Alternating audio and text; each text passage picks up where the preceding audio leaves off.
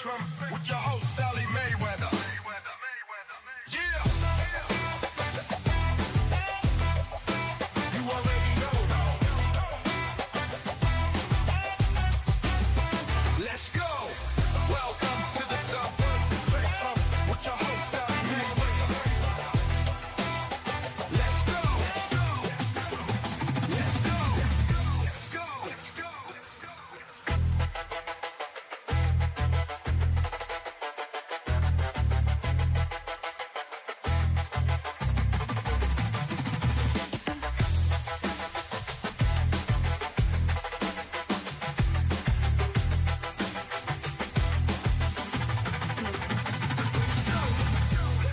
It's the Subversive Spectrum with your host, Sally Mayweather.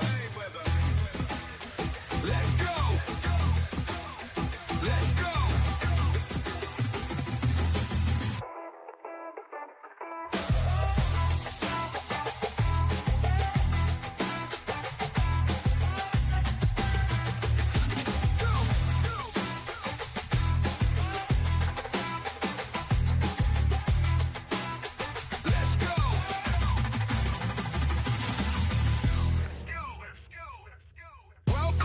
Welcome to the Subversive Spectrum with your host, Sally Mayweather. Let's go. Welcome to the Subversive Spectrum with your host, Sally Mayweather. Let's go. Welcome to the Subversive Spectrum with your host, Sally Mayweather. With your host, Sally Mayweather.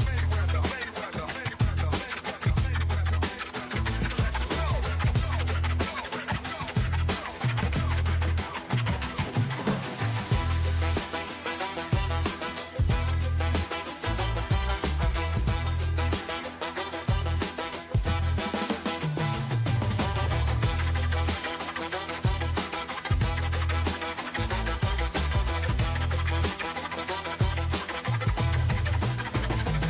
go.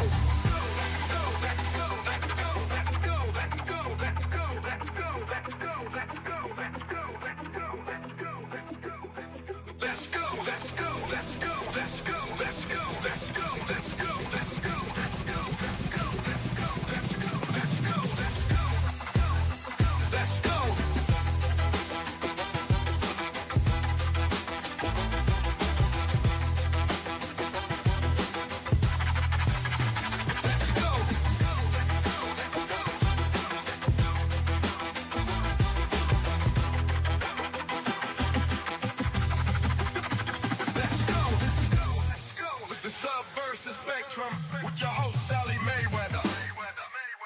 Yeah! You already know.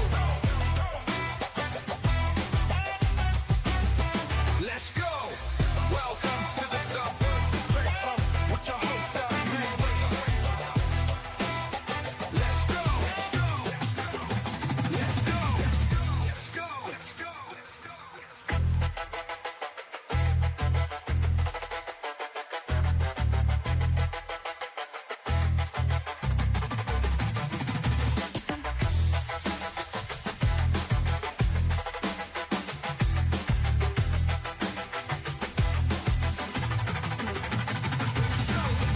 Let's go. It's the Subversive Spectrum with your host, Sally Mayweather.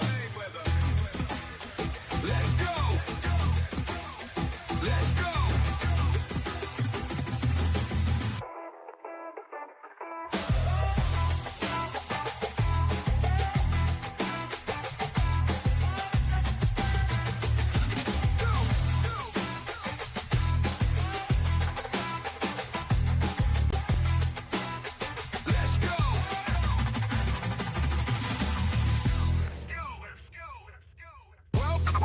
Welcome to the Subversive Spectrum with your host, Sally Mayweather.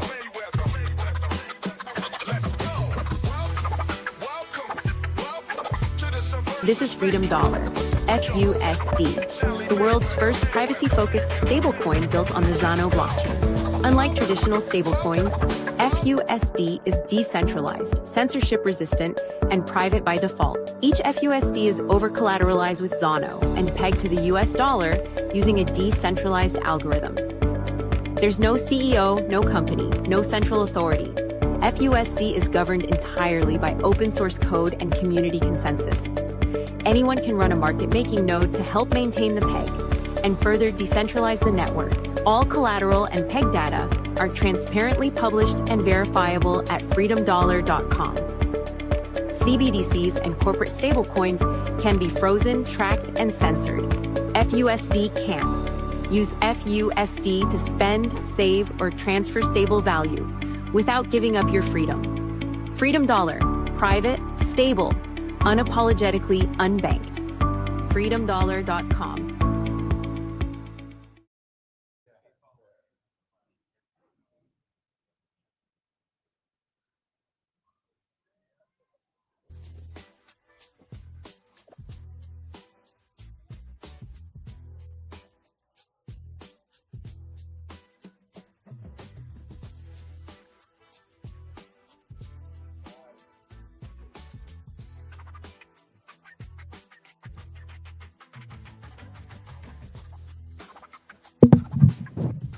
What's up?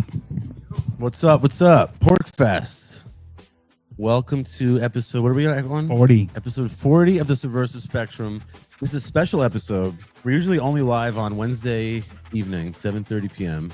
But I figured, shit, we might as well celebrate. Bonus episodes. Bonus episode. So here we are. We have a rotating cast of characters for you guys watching.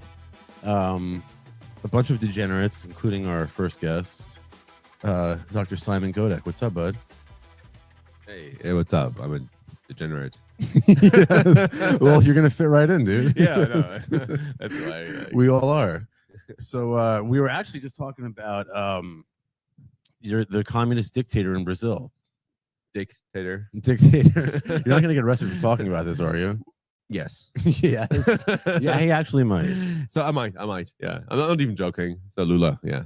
So the thing is, at least if we don't talk about, Alexandre de Moraes, who was like, the judge, he's the real dictator. So he would get me arrested right away. So there are many Brazilians here in exile in the US because they were persecuted in Brazil without having committed a crime because they were anti-socialists. So I mean, I might live here soon as well after this podcast. We will take all of the anti-socialist immigrants that we can get our hands on. What? I'm telling you, the only thing standing between the little boys and girls of Florida and forced genital mutilation from the shitlibs are the Cuban refugees who got here on a fucking raft. That's the truth. That's the truth. Ask her. She will vouch for me. If it wasn't for the Cubans in Florida, the Democrats would be chopping the dicks off of little boys and performing radical double mastectomies on healthy 11-year-old girls. I swear to God, it's the truth. Am I right? She's nodding. She agrees. Yeah. It's the truth. That's what they're doing in New York. That's what they're doing in California because they don't have based Cuban refugees. We need more of them, right? Yes. So bring over all of the Brazilians who are trying to escape Lula's communism. Come to Florida. We will put you up. You can stay with Adam for a while. Well, there's one thing. The right-wing Brazilian are in favor of cutting off dicks. Wait, what? Yes. What are you talking about? Yeah. I don't understand. Yeah, well. Wait, the right-wing Brazilians are all pro-Israel. Oh. What did they do? Oh. What did they cut off? Yes. No, they bite it. They bite them off. Oh, they suck them off. That's a bris. Yes. That's a bris. You ever see one of those in action, bro? Rough. I don't want to see it live. Rough. No, it must be rough. Yes. Rough, yes. And that's why you can't see the Jeffrey Epstein list, guys. Because the president's son-in-law is a Mossad agent. That's why you can have a good life, right? That's why we are all debt slaves to the nation of Israel, and we're forced to pay for their genocide of children. I didn't get a chance to ask Grok how many children they murdered today, but usually I try to post that on Twitter. I asked. He said it was close to 20,000. Oh no, that's in the last 5 months. I'm talking the last 24 hours. If you ask, you'll get a number that's horrendous. You'll be horrified. It'll be 100. Grok. 136 woke children. leftist Grok. No, the one on Twitter. Yeah, it's woke. It's woke. Is it? Yes, Really? it's super woke. I just ask it like nutrition shit. Okay. I'm like, how many grams of protein are in 1.71 pounds of beef? And what is Grok saying? What is a gram? Yeah, right. Yeah. Trained on American data. Yeah. Yeah, but I'll ask them and they'll be like 100 and like there was like one it was just the other day there was like a food aid site set up. Did you guys see this shit? It was I don't know, I guess these Palestinians showed up for like food aid and they just mowed them down like it was like, you know, like they were at some They've done several times. yeah, like either 50 people, right? It's insane. Seeking food. There's a picture of a guy. I don't know. I might have posted, but it was so graphic that I might have not have posted it. He was like dead, clutching a bag of flour, like in a pool of blood. And this is why groceries cost what they do, because you have to fund the slaughter of innocent people for Benjamin Netanyahu. Yeah, but if you break the fingernail of a Jew, Right. Well, don't do this. Yeah, Don't try this at home. yes. Right. Well, yeah. And you know, look, I'm not anti-Jew. This whole account exists to promote the philosophy of Jews like Rothbard, Mises, Friedman, Hayek. Yeah, they're amazing Bayward. Jews. They're amazing Jews. Probably Yes. amazing people. They were the best we had They're on the this smartest planet people. ever. Yes, exactly. So it's We're not. anti-Zio, I guess. Oh, I am fiercely anti-Zionist. I know. Yeah, I'm anti all states, but the whole idea of Zionism is just that fucking absurd. Think about it.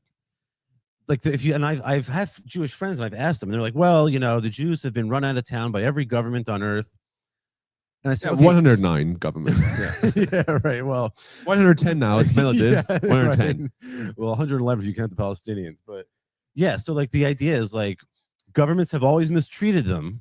So we're going to design a government just for them. Does that make any sense? Like if the idea is to protect them from governments, why would you have a government dedicated entirely to managing the Jewish population? And check what they do now. They don't let them leave the country. So you have a government for the Jews, and they're like, oh no, we had war. You can't leave Israel. So people are trying to flee Israel because they don't want to be involved in this conflict, right? And they don't let them go. So it's actually one. Well, you're also using slavery to it's absurd. Everything that they accuse others of, they're actually guilty of, because it's all done through like a draft or like last night. Oh conscription. my gosh, they bombed one of our hospitals. Yes, You know how many the hospitals they bombed in Gaza? It's 36 out of 36. But here's the difference. Iran is actually trying to hit military headquarters. I posted something today. There was like an IDF headquarters. It was why do they use human shields? Yeah, I know. Right. Yeah, but like the IDF was hiding out in that hospital. But actually, there was just something now, like today or yesterday. I think I showed you. It was like, you want to talk about a precision fucking strike? The Iranians dropped a missile right on the IDF like secret headquarters, in the parking lot. and there's like a right? church and a school and a hospital, and all these places are untouched.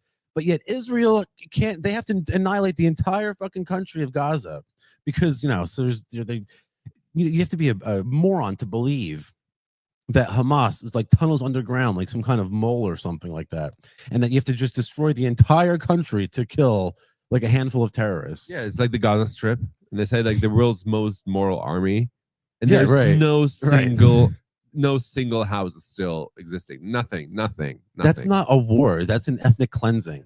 When you get rid of a native population and replace it, and you clear the land and replace it with your own population, that's not war. If you actually look up the definition of ethnic cleansing, that's what an ethnic cleansing is.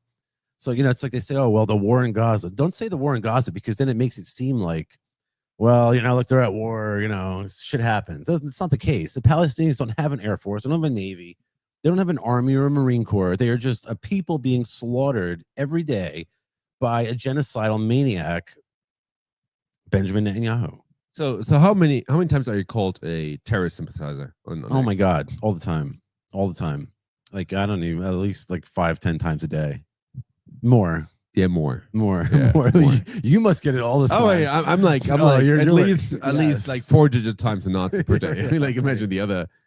It's like you just have to, today I was saying like, okay, I think, nobody should kill another person in the name of God. Right, yeah. In all the comments, you're an Anti-Semites. anti-Semite. Anti-Semite. I wasn't talking about Jews. Right. Muslims, I mean, like, their jihad is not any better, but I mean, like, they're all accused of anti-Semitism because they're like, you shouldn't kill another person in the name of God.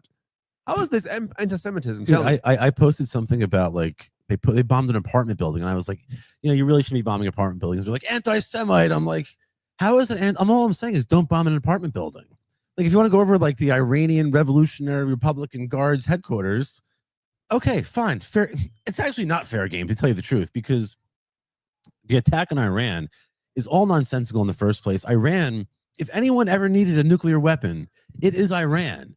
Because like that's how you deter a genocidal terrorist state like Israel from doing to your people what they did to Palestine and Gaza. Iran has the right to defend itself, right? Right, of course. Obviously. How can Israel, who has 40 to 700 that they admit Wasn't 900 of nuclear weapons?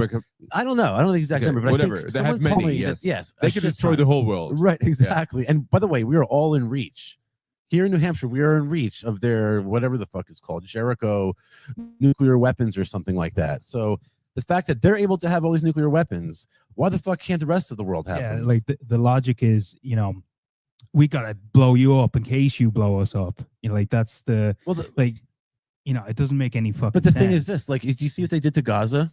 Yeah, it's if just, that's what they would do to Tehran, Right. if they could, Right. and the only reason why they won't is because they're like, well, they might have nukes. yeah, you but, know, the, they but don't the, wanna- the idea is, so you don't do this to us, we're just gonna completely wipe you Insane. out. Like, So that makes what, like 12 of their neighbors. What Middle Eastern countries hasn't Israel attacked? Saudi Arabia. Saudi Arabia, because they have what, military power. Yeah, they have oil and they're allies of the U.S. And I mean, like, and that's it. yeah. I mean, what? Maybe the UAE, because they have some oil money. They're super small. They're super small. Yes. Qatar. The Kuwaitis just basically just go along to get along after the first Gulf War. They're just like, fine, we're not going to fuck around anymore. Exactly. Yeah.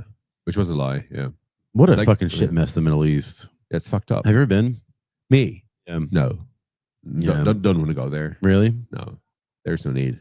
I want to go, but like, just for the I think we would be welcomed. Maybe not in Israel. Probably not in Tel Aviv. You know what I but- find very concerning is all these I call them woke right, but Me too. They call us woke right as well. Yeah, I know. It's just a derogatory term used for something you disagree with. Yeah. So what I find very concerning is that they say that we can't have an opinion, against Israel. They said this is literally woke right. But on the other hand, but on the other hand, what we try to resolve is that no Western person, it's not just the United States. I'm European. Also, Europe is highly or protecting Israel to a very high degree. I don't want any European or American die in another war for Israel, because there are many wars for Israel. Check Syria, for example. I mean, like Assad. They always said like, oh, he's such a brutal dictator. He's an agnostic. Yeah, I know. He was like when ISIS, or Israel, I mean, like whatever you want to call it, was invading Syria. The first thing he did was protecting the Christians, right? Yes. Because ISIS would slaughter them, and only afterwards he was protecting. And meanwhile, Israel's the bombing other churches. Yeah, exactly. Yet, like in Gaza, you had this oldest church, or the second or third oldest church in Christianity. It was their first target, And the Americans say like these people are our greatest ally. I mean, like What makes them our greatest ally? Like, I'm not even just as APEC money. APAC money. I mean, APAC money. So Congress, that's the thing. Congress is bought and sold by APAC. 80%. Interest groups in general, mainly from three areas: the military-industrial complex, the finance industry, and APAC. And frankly, the financial industry and the military-industrial complex are also bought and sold by the state of Israel and APAC. Yeah, but what these big right-wing accounts try to tell you is that APAC is a big thing. They're just supporting their candidates. But But I I mean, mean, like Ted Cruz, he's like, I'm proud to have my APAC money. And Jim Jordan said something like about like APAC and Jim like Jordan. one of my favorite accounts on X is the APAC tracker. Have you seen this? Yeah, no.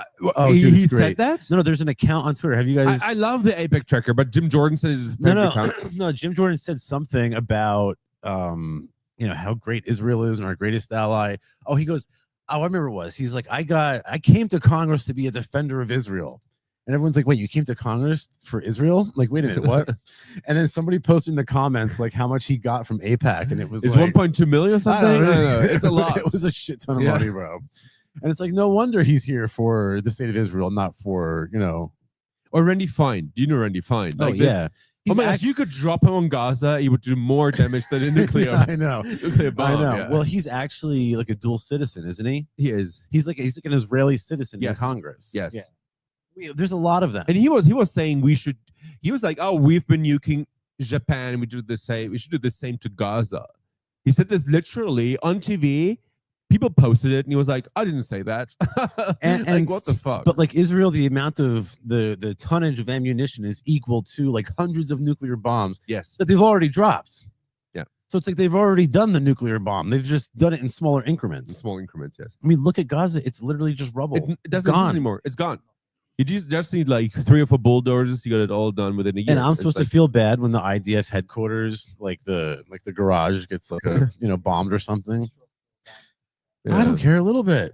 They say it's crimes against humanity. I think I think that Iran is fighting a war on behalf of mankind, because if Iran can cripple Israel's ability to continue their genocide of children, it's a win for all of humanity. Yep. It really is. So what I want to say before is like right wing, Laura Loomer, you know, all these Mossad people. She hates me. Yeah, I get along with her well, privately, She's but actually a I Mossad totally, agent.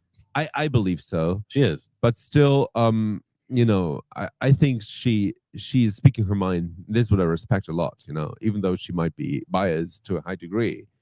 But she's also She speaks Netanyahu's mind.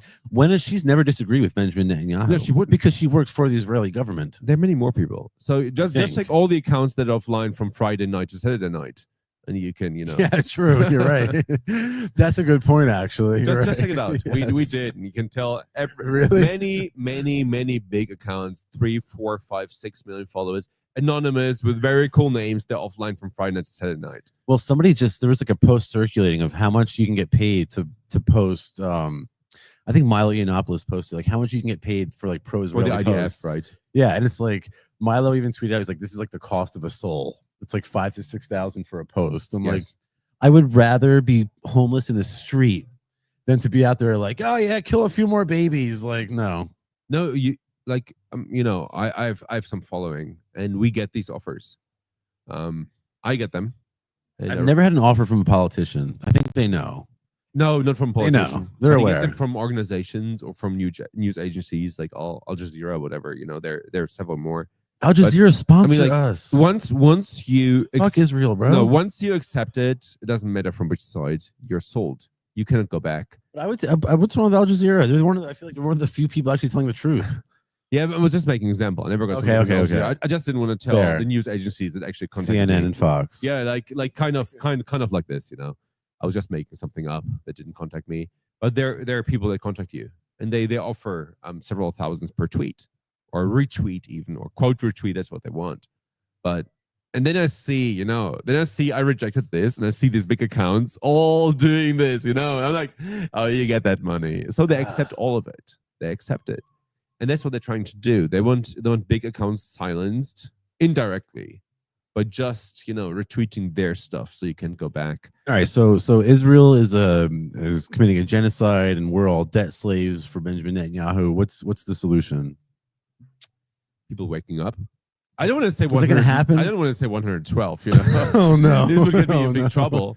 But I think there are definitely people that should prosecute, like Mark Levine, Ben Shapiro. It's just my opinion. I think these are enemies of the state, and they should be treated like the Rosenbergs. You remember the Rosenbergs? Of course, yeah. Yeah. Wouldn't we just I have don't the want to say anniversary they of should that? go in the chair. You know, I don't want to say this, Right. but at least they should look into. They're traitors, you're saying. Yes. Okay. I just want to say they're traitors. I don't want any harm in anyone. But you know what? That's not gonna. You can string Shapiro up. That ain't gonna really get us anywhere. It's not gonna change. Benjamin Netanyahu is not gonna stop slaughtering children if Ben Shapiro goes away. If he goes to the front line, no. Well, I mean, at least Ben should be able to. He's so small, so difficult to hit him. I mean, like you would be He'd the be he'd be a poor target though because he's so short. Yeah. Yeah. No, I don't know what the solution is. I've no clue. I think, you know, people need to understand that if you go to Tehran, I've seen videos from Tehran. So I've seen people interviewing people in Tehran, women with blue hair, like fucking liberals, you know. In Tehran, In Tehran, they're without. I was told that that's not scarves. legal in Tehran. It is now. In the last couple of years, it became legal. So there are all these liberals with colored hair and no Shit scarves. libs. We call them shit libs here. The Oh, yeah. blue-haired shit libs. What do you call them? Shit libs. Shit libs. Shit libs with the Oh, yeah, blue-haired shit shit liberals. libs. Okay, Yes. okay. Yeah. I'll just call them blue-haired liberals, whatever. Blue hairs, shit Yeah, libs, whatever it thing. is. So I've seen this video of a tourist walking in Tehran and talking to people, and it was like 80% of the women didn't wear a scarf, nothing, and they were like having nose Getting rings, arrested, blue though? hair, and I was like, oh, Really? This looks like Boston, Oh Massachusetts. no, Tehran! Don't let that happen. No. no. I mean, Get like, rid anyway, of the blue hairs. Go back to the So mullah. I think Like- after this failed, revolution, I think when was it? 2012? I don't know. Oh, like, the quite a while ago. um, They were like, Arab Spring or whatever yeah, the fuck Arab it was. Spring Didn't and, work. and Another one of Dick Cheney's and- brilliant ideas. Yeah, they were changing the laws in Iran, so everything got westernized, at least in the capital. So when you're a woman in Tehran, you can run around just like woman in New York, I guess. So I mean, like everybody's telling us, at least the influences on X are telling us, okay, if you are a woman in Iran, you don't wear a scarf, they're going to behead you, they're going to hang you at a crane. But that's not true. They just try to they demonize they try to make you appear like a demon, like Yes. dehumanization of the people in Iran, because as soon as you dehumanize a person or a people, a group of people, more people are with you and committing a crime against these people. So these influencers are like, oh, these are not people, these are demons, these are monsters. Well, we should blow them up. Right. Well, that's typical war propaganda. Yeah. It's Yeah, always like always. those guys, and it's always the guys from like the East, right? It's like the Soviet Union, or like, and honestly, this dichotomy is the East versus West dichotomy, where like you have the bad marauders from the steppes versus the civilized democratic Westerners. That dichotomy has been playing out since like fucking Xerxes and the Greeks. You know what I mean? Yeah. McCarthyism, and right. You name it. The USSR, East Germany, West Germany, China versus the US, the terrorists versus the freedom fighters, and all this bullshit. But it's the same nonsense, same dichotomy played out time and time again for the warmongering. But do you remember First Gulf War? Do you know what the reason was why they attacked the Iraq? real reason or the fake reason? The fake reason. The fake reason was that they invaded Kuwait. No. Before that, No, what? the breeders. Uh-oh. Fill me in. So they were actually telling that like a Kuwaitian, what do you call this? Like Kuwaitis. Yeah. This Kuwaiti daughter of the ambassador was saying that the Iraqis invaded Kuwait and they killed all the babies. in the Oh, hospital. yes. I remember that. Yes. That's how people got. They're like, oh my gosh, Yes. they killed babies. Okay, but I mean, like, In they incubators, killed, in like, 5,000 incubators. babies in Gaza. No, In that's incuba- the word. I know. Incubators, yes. But Benjamin Netanyahu can slaughter 20,000 babies No and nobody problem. cares. No problem. The 20,000 people are miners, led no like problem. sleep to slaughter, my friend. They are. It is sad. You make a very valid I point. call it a breeder, as an incubator. So at least Yeah, breeder. I thought that was some kind of like weird Pornhub No, kind of but thing. really, that you're like into. they said incubators after she was testifying, and we now know that she was the daughter of the ambassador in America, right? Yes. So people are like, okay, we want to go to war. You know the second Gulf War, the reason? What? Yeah, I mean, you remember Yeah. Iraq? Oh, the WMDs and all that bullshit. Yeah, and then they were like, also even Saddam did September 11th. I mean, like Yeah, if I they know. told the truth, it would be like 63% of Americans believed that Saddam Hussein had something to do with was 9/11. involved in September Yeah, I 11th. know. Like, what the fuck? And like even then, like 3,000 people versus how many people were killed after 9/11. they said it was around 3 million, up to 3 million. So yeah, it's And fair. Why It's fair. Why did Larry Silverstein? Why Right. didn't he appear at work that very day? Yeah. No. Hmm. Oh, Convenient. Makes me wonder. Just like Where was he at the Lucky time? Larry. So I think the answer to all of this is cryptocurrency. Because think about it. How do they pay for this bullshit? They pay for it by with the money Texas printer, fiat money. with inflation. Yeah. They don't collect enough taxes to pay for an endless war or the welfare state. So what they do is they print money nonstop, and that's what funds all of this bloodshed. You have to divest the state from the ability to print money. And the only way to do that, I can't stop other people from using money, but I can stop contributing to it by using an alternative form of money. I could use gold and silver, but we know that it's confiscable. What's your favorite form? What's your favorite crypto? I like Zano. Okay. And I like Firo. I like Monero. It's not on there. I like Monero. Yeah. I like privacy coins. Yes. I also like Bitcoin Cash. You're a Bitcoin Cash person. I love Bitcoin Cash. Okay. Because you know why? Because it works. It's not private, and I wish it was more private. And that's why I'm into Zano and I'm into Firo and Monero, because those transactions are more hidden. And I think originally we all felt that pseudonymity was sufficient. But now that the state has sort of turned up the volume on this war on crypto, and I think that we now see that anonymity is not an option. Fungibility in money, as the Misesians told us, is not optional. We took that lesson for granted, and I think a lot of us learned it the hard way. So, yeah, it's actually funny because we had PorcFest, and I was invited as a speaker, right? And I live in Brazil, and in Brazil, because of the socialist government, he's going back to jail, guys. He goes back to Brazil. Yeah. Back to jail if I've been to jail. Yeah, Lula's getting him. So I was like, let's get a pizza oven here in the US, because oh god, in Brazil you can't get pizza ovens. It's like it's not social, it's difficult. So I was like, okay, we got a pizza oven here. We're like, why don't we bake pizza? Just like for fun. So we're making pizza there, many clients, fun. And I was like, before getting here, I'm like, okay, we should offer a way for people to pay in crypto. And the only crypto I ever used in my life is Monero. Nice. Big mistake as well, because if I had put my 2016 crypto into Bitcoin, it would be Monero didn't go that way up. But still, for me, it's a means of paying. So if people pay me Monero and I pay, I'm happy. They're happy. Nobody will. So ever what wallet are you using? Huh? What wallet do you use? Cake wallet. Okay, well, I'm not familiar with Cake, but if you use Edge, boom, check it out. Edge wallet is on the sponsors place. Probably. No, it's not. It's here. Yeah, they're on the other tent, I think. So they actually support like all these privacy coins. So what you could do is you could just like press a button and like it's as simple as convert it to Bitcoin, right? Yeah, they have swaps like in app in wallet swaps. But what's cool though is that you can actually just like select a crypto and just press a button and boom, you have a Zano wallet, you have a Firo wallet, a Monero wallet, and it's all encrypted locally on your device with a username and password. It also has like several options to pull it out. But it's a soft wallet, isn't it?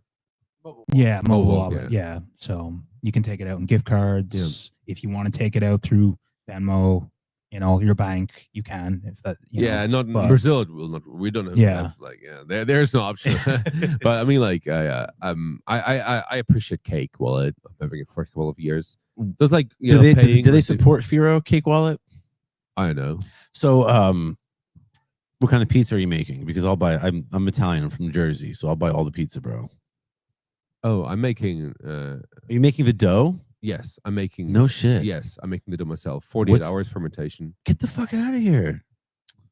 The Napoleon pizza. Yeah, so I appreciate that. Yes, as an Italian, I appreciate that. Yeah, I'm not Italian. You're making a Polish or what? Huh? You're making a Polish? I'm making Polish. 48 hours. Fuck yeah, bro. I'm adding it to the dough. Fuck yes. Okay, Yes. 48-hour Polish. You will come there in 1 or 2 hours, and you're gonna have one.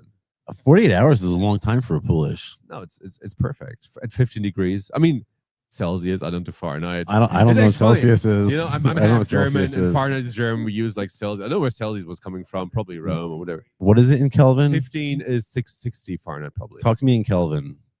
I'm just kidding. I don't fucking know. I don't know. No, but I'm a big fan of pizza, so I'll come by and try it. But if you let me pay in Zano or Firo, I don't have Monero. I have Doug doesn't pay. Where's Doug? Doug hasn't given me any Monero. You just pay with silver or gold back. Exactly. Swap it to Monero on your Edge wallet. Right, Here we go. Game over. Yes. No free pizza for you. Yes. I don't have any of this. Can I have a free pizza? No, fuck you. No free pizza at Site 43 in PorcFest. You can swap it. Yeah. Okay. All right. Well, I think we have some people from the Zano team around. What are they? Who wants to swap with me? I think Aaron Day is around here somewhere. He escaped on us, but I want to get him in here to talk about Freedom Dollar and some more Hey, about someone's gonna get it, so the we war can on crypto. so we can swap. Whatever, we'll deal with you for now, I guess. We'll have to put up with this guy.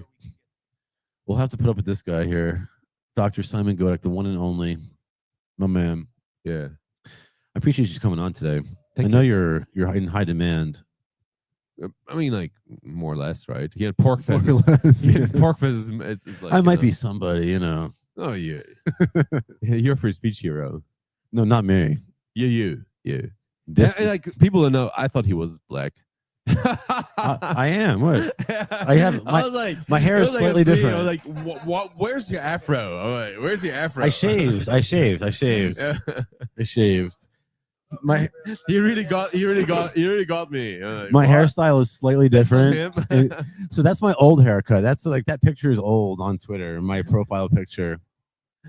But let's get my man Aaron Day up here because he's gonna school us on. We're talking solutions to all this bullshit. This is the guy to talk to because he's got all the answers. I appreciate you, bro. Thanks, man. Thank you. Yes. My man, How's it going? what's up? Not much. Thank you for coming on. We were just talking with him about all of the terrible things happening in the world, and I was like, "What's the answer?" And he said, "Well, they have to wake up." And I was like, "I think the answer is cryptocurrency, because I don't think you're going to wake a lot of these people up." What do you think the answer is? Ditch the dollar. Boom. That's it. You're not going to vote your way out. You just stop using fiat currency and it defunds all this. It's actually not that complicated and it doesn't require a lot of participation.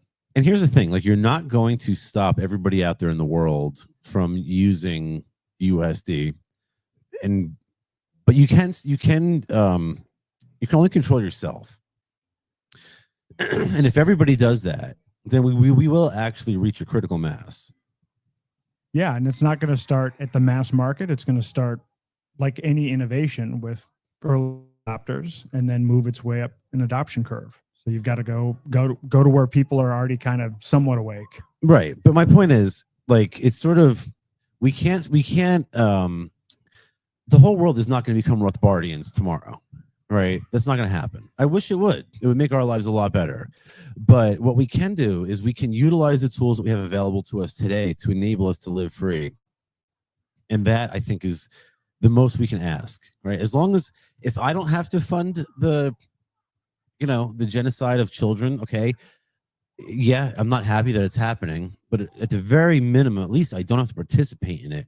And I think that we all have the option because we have tools like cryptocurrency and privacy coins and stuff like that. We have the ability to not pay for the genocide of children. So if you continue to use US dollars, that is essentially is on you at that point. That's true, but we are actually fighting technocracy, which is kind of an all or nothing thing. So there is kind of a race against time. So it can't be just a few of us opt out, because at this point, with what's going on with not only digital currency, but AI surveillance, there's a certain point at which, we'll just be taken out. So we actually need to build momentum around people opting out and using alternatives. I found though that if you have to sort of lead by example. So like if you live off crypto, I know if you go up to somebody and say, hey, like I'm not, I haven't paid the inflation tax. Somebody's complaining about, the price of groceries or something. Well, guess what? My money went up in value. My money didn't go down in value. My money went up in value. And here's how I did it. I think that's a much more enticing argument than like sort of lofty philosophical principles. Do you think that like maybe the economic argument would be enough to sway people? I mean, the economic argument will work if you can demonstrate it, and then if you can actually make the tools easy to use to onboard people. I think this is actually where crypto is breaking down the most at this point, is usability. I mentioned this in my talk today.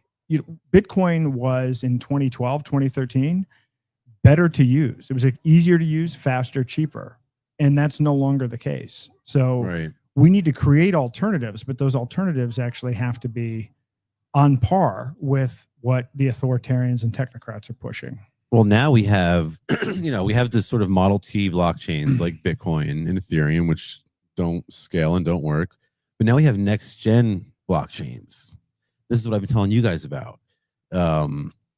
Zeno, Monero, Firo, Zcash. What do you think about some of these new privacy coins that are coming out, and even not the ones that aren't necessarily new, but are just sort of gaining steam now? In fact, that's like sort of another aspect to all of this. Like, what do you think about the sort of recent rise in privacy coins?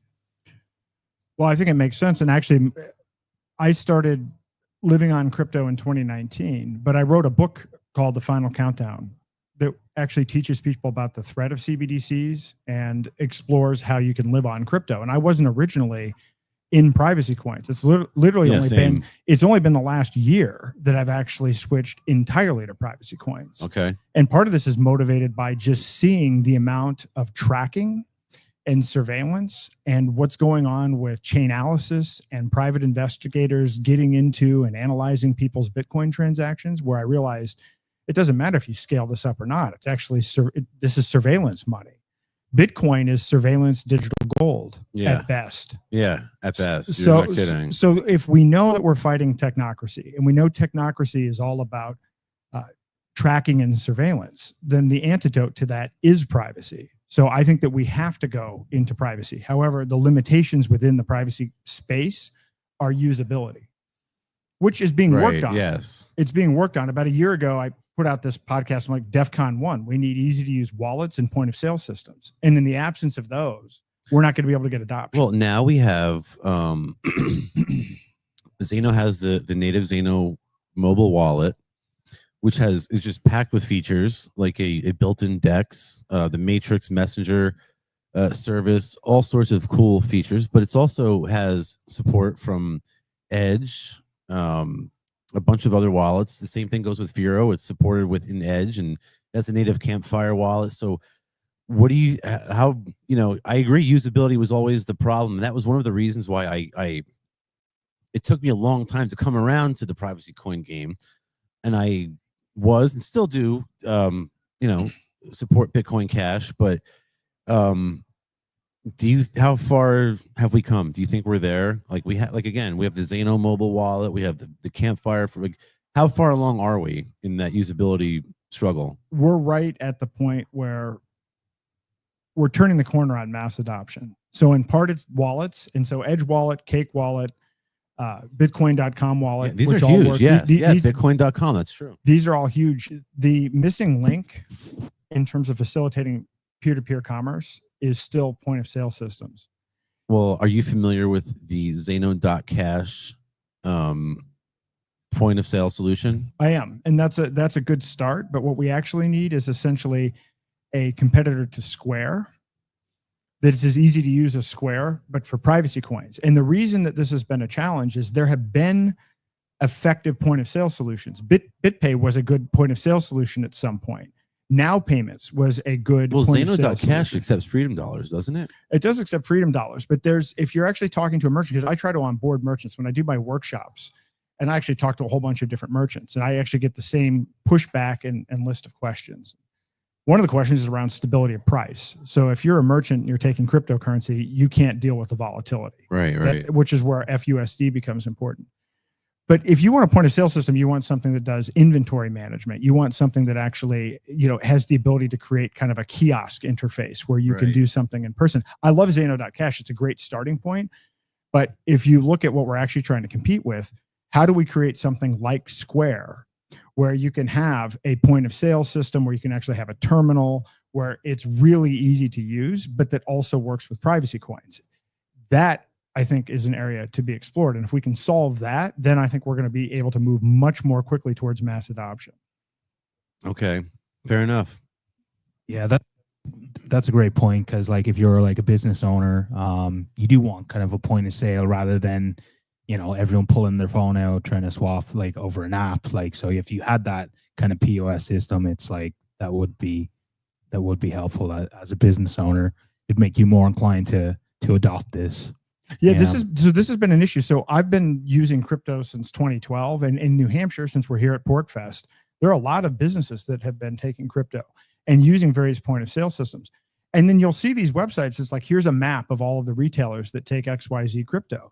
But the thing is, what actually happened is somebody went to the business owner and said, hey, would you like to take crypto? And it was probably during a bull run, right? And the owner said, sure, I'll take it. And so what happens? The owner installs a wallet on their phone, and then now their PIN is on a map, right? But then subsequent to that, no one is actually going to that business and actually doing a peer-to-peer transaction. So if you actually think about it from the perspective of a merchant, it's not just the business owner. You actually have to be able to train staff. So just having somebody with a wallet that can accept a crypto isn't a solution for an overall retail business. So we need to actually have a solution that's something where you could actually train employees on it, where it's just super simple and easy to use. And by the way, when I say all of this can be done. It just hasn't been done.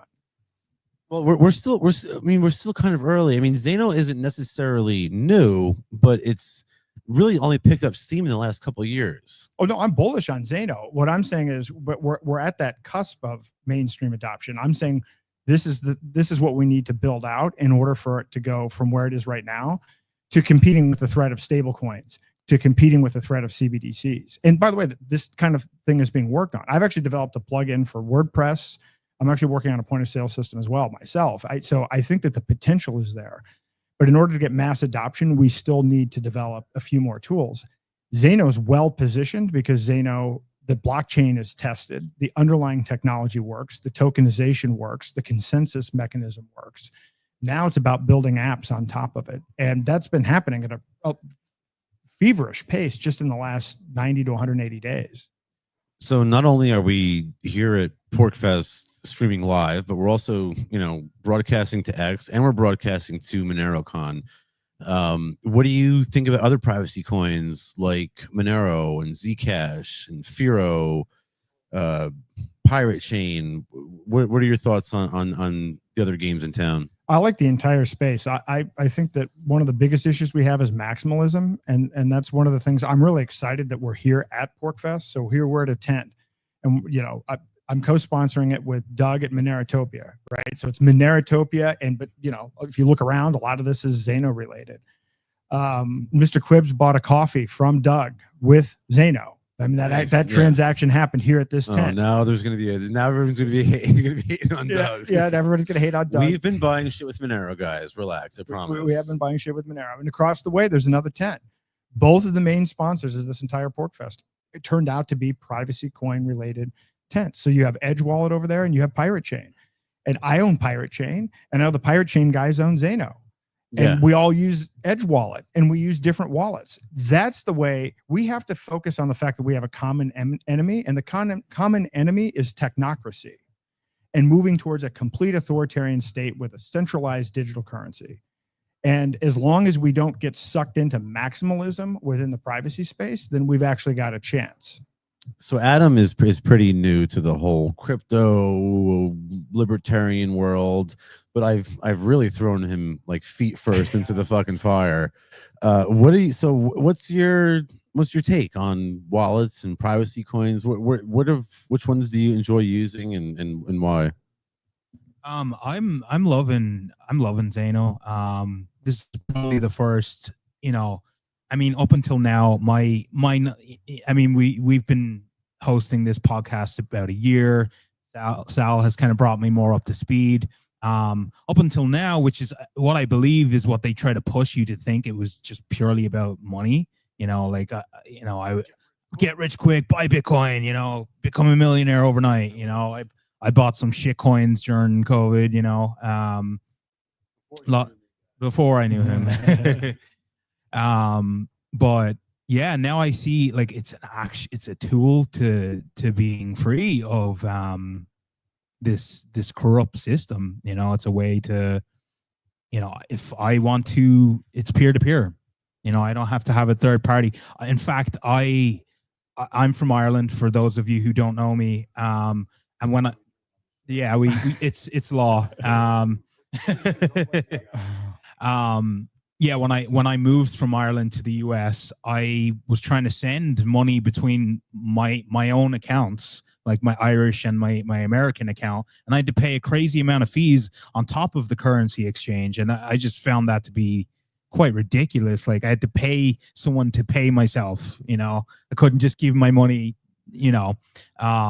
So yeah, like crypto, it makes that much easier. And then especially privacy coins. I mean, pretty much right off the bat, you've taught me about privacy coins, and it's just great. And things like Edge Wallet make it really simple to swap coins.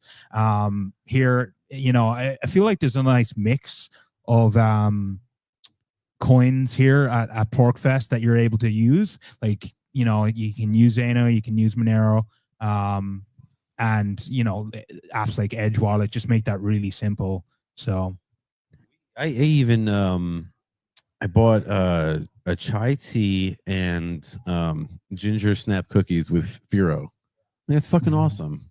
I'm like, that's fucking, like, where else on earth can you, I don't think I've spent more Zano here than I have dollars.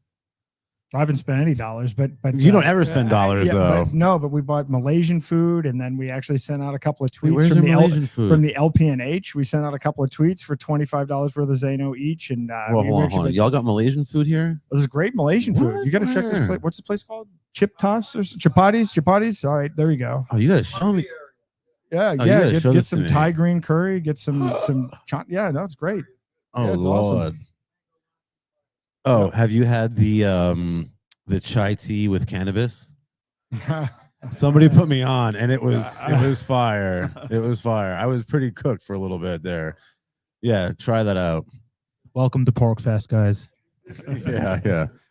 I remember when I first came to PorcFest, like when I first got here, like in 2014. I'm just like, I've never been to Rogers.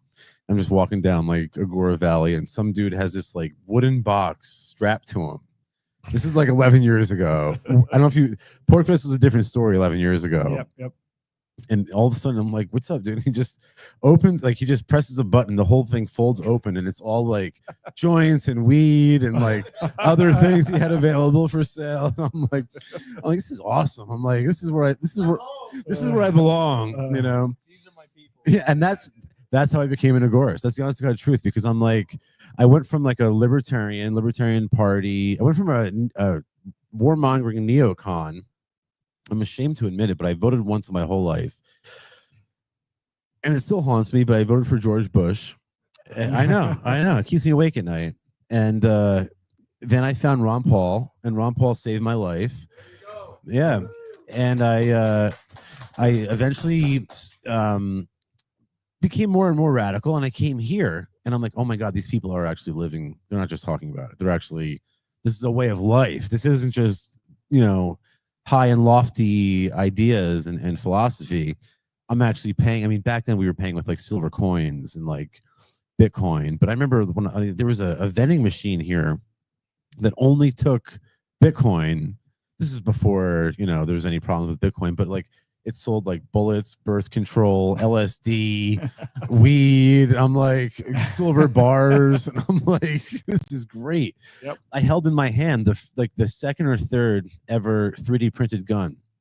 And, I'm like from like New Jersey at this time. And I'm like, we can't have guns and shit. Like, this is fucking cool. I went home, immediately just blew $1,500 in the first 3D printer I could find, started 3D printing things. And, started 3D printer go burr, which was my first startup, and the rest is history. So PorcFest literally changed my life. It's no understatement to say that. Yep. So yeah. I mean, PorcFest changed a lot of people's lives. I mean, going back to, again, 2012, Roger Ver used to walk around here in 2012 giving people physical Bitcoin. And I actually played a video clip of it. And it's like, well, what's the price? And the price fluctuated between $6 and $11 each. But I mean, he onboarded a whole bunch of people here to Bitcoin. And then there are a lot of merchants. There are people that have made, tens of millions of dollars and are retired from selling things like smoothies and bacon weaves and baklava here at PorcFest. So Agora Alley is like this is the guy buying all the fucking bacon weaves. Yeah, the bacon weaves, exactly. So I mean, that's real. And I actually think so. Part of why I wanted to do this event here in this tent with Doug and Monerotopia was to bring back the energy from 2012 and 2013. Because then, I mean, I remember like there was a VIP tent over there right next to the pavilion where we are right now, and it was raining. And Eric Voorhees was in there, and another guy was in there, and I'd never, didn't know who he was at the time. And we're sitting there just having various conversations. And the next year, Vitalik is there before he started Ethereum. I mean, and this is what this is all about. And so people start using these cryptocurrencies, but it got lost over the last few years. It did, yeah. People stopped using Bitcoin. actually, the Free State Project was taking Bitcoin for tickets for PorcFest going all the way back to 2012, but it stopped when the fees became too high. So I think it's only this year that they've actually started taking cryptocurrency again. So I paid in, Monero. Well, one of the major concerns that merchants have is that volatility. Yep. And one of I guess the main solution that they usually turn to are stable coins. You have been you've been sounding the alarm bells here regarding stable coins and the threat that they pose regarding CBDC. So why don't you explain to everybody why you think existing stable coins are a threat and what merchants need some sort of stable coin to accept to avoid that volatility. So what can they use? What's the solution here? Well, so originally I was a big anti-CBDC guy. So I actually still are. I'm still an anti-CBDC guy, and but I dropped everything that I was doing. So I was really involved in political activism and voting and a whole bunch of that shit. Oh God, yeah, here I did that too. Here in New Hampshire, and ran for office, ended up in a lawsuit for 5.5 years. And so a lot of people thought I left New Hampshire. A lot of people thought I moved to Florida or whatever, and I didn't. I was just You're welcome. Involved in. We'd love to have you. Yeah. So yeah, exactly. But when I saw what was happening to Jeremy Kauffman at Library and then Ian, I looked into it and I realized that the federal government is targeting this Venn diagram intersection of people at the intersection of crypto and liberty, specifically to shut down the use of cryptocurrency as an alternative to central bank currencies. That's why people like Roger were targeted, people like Ian were targeted. It's an executive order that Joe Biden signed. And so I tried to warn everybody about CBDCs. In fact, I was on Free Talk Live with Ian Freeman before his sentencing hearing. I actually ran for president to raise awareness to this issue, and I had a bank run manifesto. No. I was the only presidential candidate that Ian's ever had other than Ron Paul. And he read my bank run manifesto. So my political campaign was, don't vote for me. Exit the system. Stop using fiat currency. Boycott public health. Boycott big tech. Boycott mainstream media. Get your kids out of government schools. You don't have to vote for me. I didn't even vote for myself. So, but at the crux of it was this idea of I had a shirt that had a big heart on it, and it said "Bank run now. Stop World War III and the Fed, and halt CBDCs." That was the entirety of the message of what I was doing. So I was trying to warn people about Biden's executive order. And then 6 months after Ian's sentencing hearing, Roger gets arrested. And so it wasn't a surprise to me. Some people thought it was about taxes. It was never about taxes. It was about shutting off the competition, regulating crypto so you could usher in a CBDC, because no one would want a CBDC if you had an alternative, right? They always bring these things in using problem, reaction, solution. And so it's not hard for them to create a problem, like bomb a couple of buildings, do whatever, right? And there's a pandemic. Always a pandemic. Then there's fear.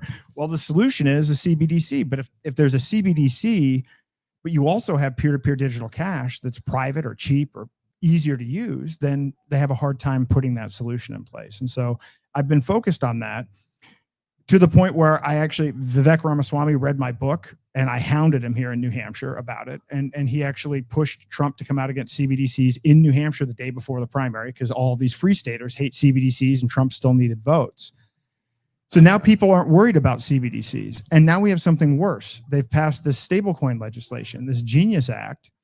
And essentially what they're doing is it's just passed the Senate. Now it's headed to the House. Now which is going to pass. I'm not going to sit here and tell you, oh, go out and vote and call your congressman. That's not going to work. It's going to pass because they're owned by the bankers. They're bought and sold. That's locked in, right? So don't call your congressman. This isn't Mr. Smith Goes to Washington. None of that's real. That's all fake. Yeah, right. But the stablecoin thing, I didn't even realize how bad it was in terms of, it is genius in the sense that if you wanted to backdoor a CBDC, if Harris got elected and rolled out a CBDC, people would resist it, right? They would say, oh, well, we're skeptical about this. But if you take something like stablecoins, which people already use, $27 trillion worth of transactions done in stablecoins last year, and then you hold them captive through Congress, and put them under the same regulations as fiat, know your customer laws, anti-money laundering laws. Existing stablecoins, Tether, USDC, you put it under the control of Congress, regulated by the Federal Reserve, right?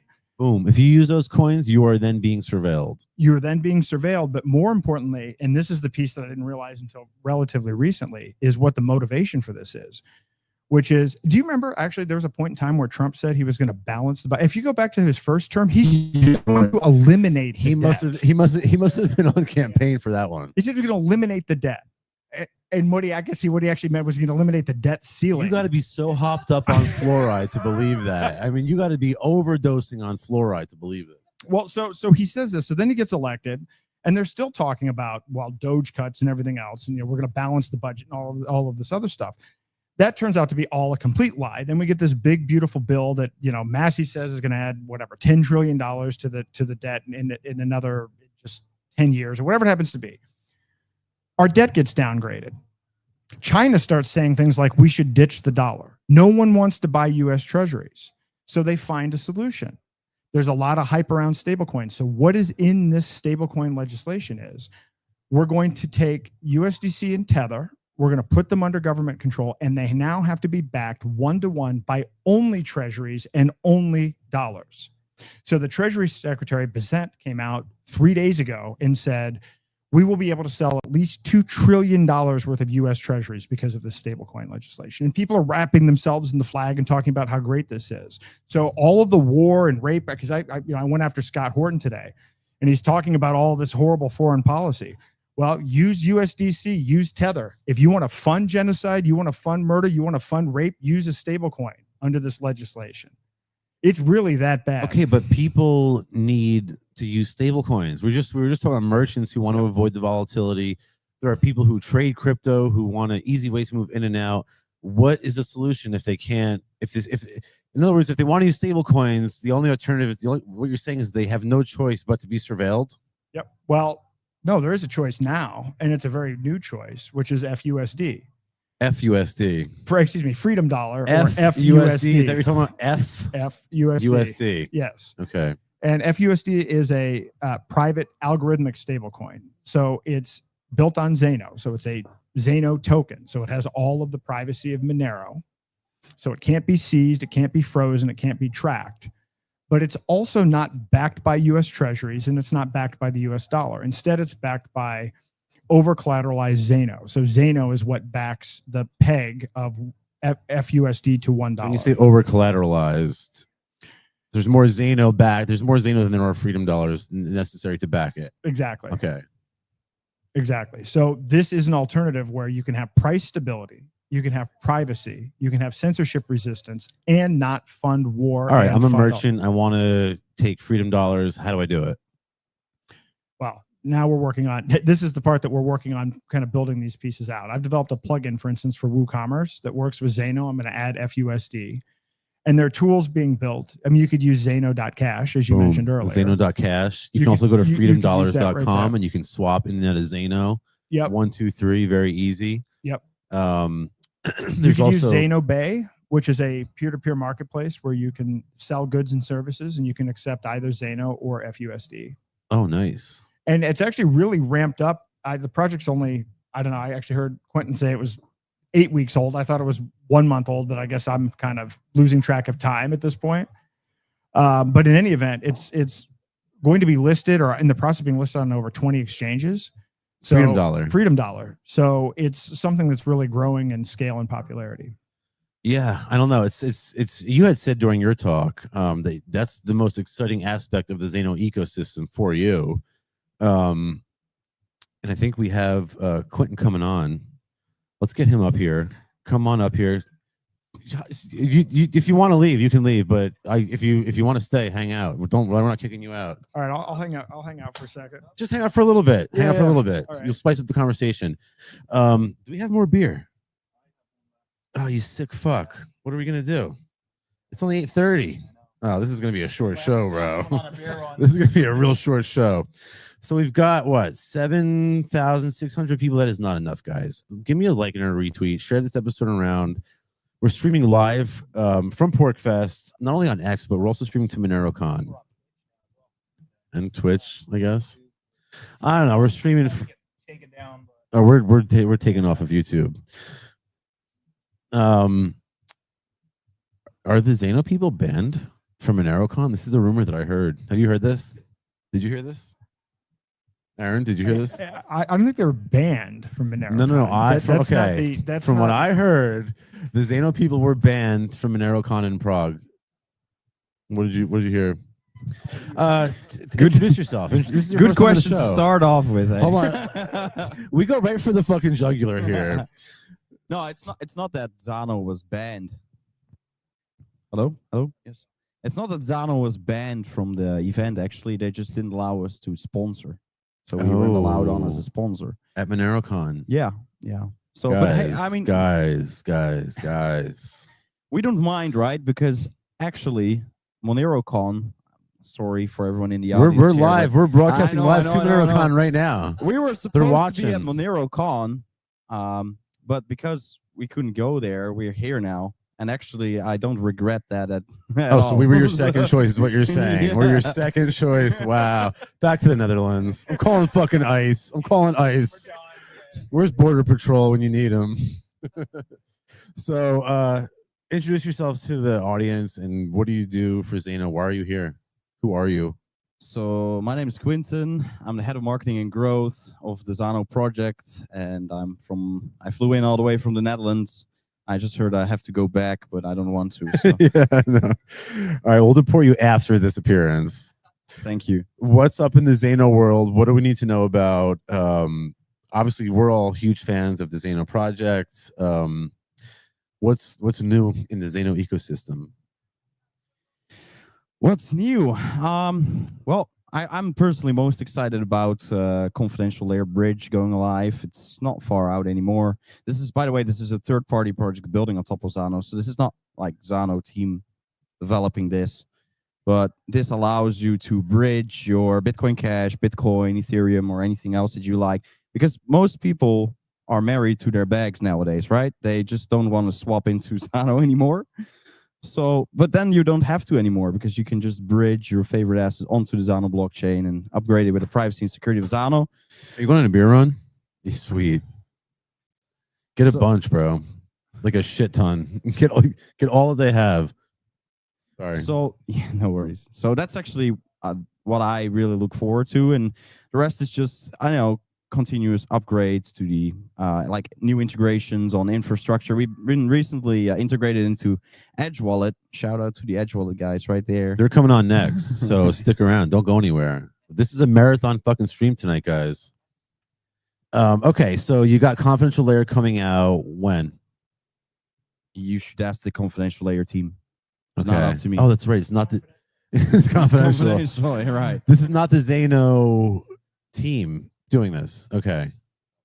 No, so this is like, Xano just is a blockchain, right? So it just provides, tools to build upon. Aaron, you are one of the few people, I think, like, not many people understand, I believe, truly and deeply believe that there's not that many people understand the true potential of tokenization. You're one of the few people who actually understand it. And the way I see it is when we can start tokenizing real world assets on the blockchain and trade them in a permissionless fashion, that is going to be a death knell for the government. Think about what the SEC and what goes on at the SEC with FINRA. Is a subsidiary of the SEC, and they are essentially a cartel of brokers. And if you want to buy a security, you have to go through a FINRA registered broker, and this drives up the costs of securities, and it reduces the amount of access, the amount of people that have access to capital. Right? It takes the amount of capital that companies have, and it restricts it to people who can only afford the inflated price because of the FINRA cartel. When we have the tokenization of real world assets and stocks and bonds, we'll have people from sub-Saharan Africa who can all of a sudden, invest in Microsoft, invest, a tenth of a token. You know what I mean? Do you foresee a future on Xano where we can tokenize real world assets? Because that is going to be fucking huge. Well, I see a potential future where we can do this, but we actually have to do this. This is one of the problems with crypto. When you talk to people in crypto about tokenization, all they think about are NFTs and meme coins. What they don't We'll get there too, though. What they don't realize, and I'm not against those things, but what they don't realize is everything is going to be tokenized, whether you like it or not. Everything. BlackRock is working on tokenization. I had a slide up today about Larry Fink at Davos talking about how excited he was for tokenization of stocks and bonds. Well, do you think that the way Larry Fink is going to tokenize stocks and bonds is going to be one where you own your own tokens? No, it's not. So he's going to be the one who owns the fucking tokens. He's going to own the tokens, and so we're going to end up using technology to tokenize things, but we're going to add more third parties and more surveillance. So the ability to tokenize something privately and retain it in your own self-custody is necessary, in my opinion, to actually preserve free will. That's actually how important this is to me. So not only can you tokenize these things on Zano, if we don't, then this is how you end up owning nothing. This is exactly how it works. And I've actually laid this out. And this isn't a theory or even a conspiracy theory of any type whatsoever. Technocracy is a specific ideological movement that says that elites will pick scientists and engineers to make decisions for us. And the ability to centrally tokenize, program, track, and control and censor things is a critical part to being able to roll out a technocracy. So we have to use something like Zano. This is what attracted me to Zano, is I think it's a free will preservation technology. I know that you said, the Zano team isn't developing confidential layer, but I don't know. What are your thoughts? Do you think that we're going to be tokenizing real world assets on the confidential layer anytime soon? Well, confidential layers, it's multi-chain project, right? So it's from cryptocurrency to cryptocurrency, right? So from transparent blockchains to private blockchains. But so can I tokenize real world assets though? You could, yeah. I mean, this is actually not what got me. Yeah, it's just not done yet. I mean, it's early, right? Like you just said, like When I take, for example, 3D printer go burr, and let's just say I thought that the company is worth $250,000, all right, and now I value it at $250,000. I want to make 5 tokens, right, for 50 grand. You guys want to buy one? Now you can represent the ownership share in 3D printer go burr. Is that something that I'll be able to do on the Zano blockchain? Yes, totally. That is a fucking game changer, bro. That is the Tocambrian explosion that we've been talking about for years. And not just myself, but a lot of the people in cryptocurrency, the OGs, I think this is what we've been waiting for. And it makes the hair on the back of my neck stand up. I love it. Yeah, I like Aaron is actually the one that kind of educated me on that topic, because I think you once said that 5% of the all the value in the world is money, and the other 95% is stocks and bonds and stuff like that. Say that again. 5%. What was it? 5% is money, and the other 95% is stocks and bonds, non-monetary assets. Right. So yeah, that is huge. I mean, Aaron talked about it a bit today. I did too on the workshop part, and you actually see that people have a hard time understanding, being able to grasp this concept. In fact, even I do. Ronnie, you and I were talking today to a dude about tokenization, and when he actually understood it, he was like, "Wait a minute!" You can see the light bulb moment that he had. And I was like, yo, I had the same exact realization when I finally understood how disruptive tokenization will actually be. I was like, oh my God, wait a minute. It just blew my fucking mind. This is the hard part about explaining the potential for something like Zano, because you can literally tokenize any asset of any size. Think about that, guys. Think about that. And trade it anywhere in the world without any third parties. So it's difficult because our educational system teaches people not to think abstractly. Right. Yeah. This is why the WEF can pitch a 15-minute city, because even though, what do we have to offer? Well, infinite possibility. Whatever 8 billion people can come up with, that's what we have to offer. But you know what? That's abstract. These people come up with a fucking 15-minute city, and it's like, whoa, that's what that looks like. Right. But it It's is so literally, true. it's that expensive. You could tokenize, I mean, I brought up as an example to be absurd, but you could tokenize funding a lawsuit against Big Pharma. You could tokenize mineral rights on an asteroid.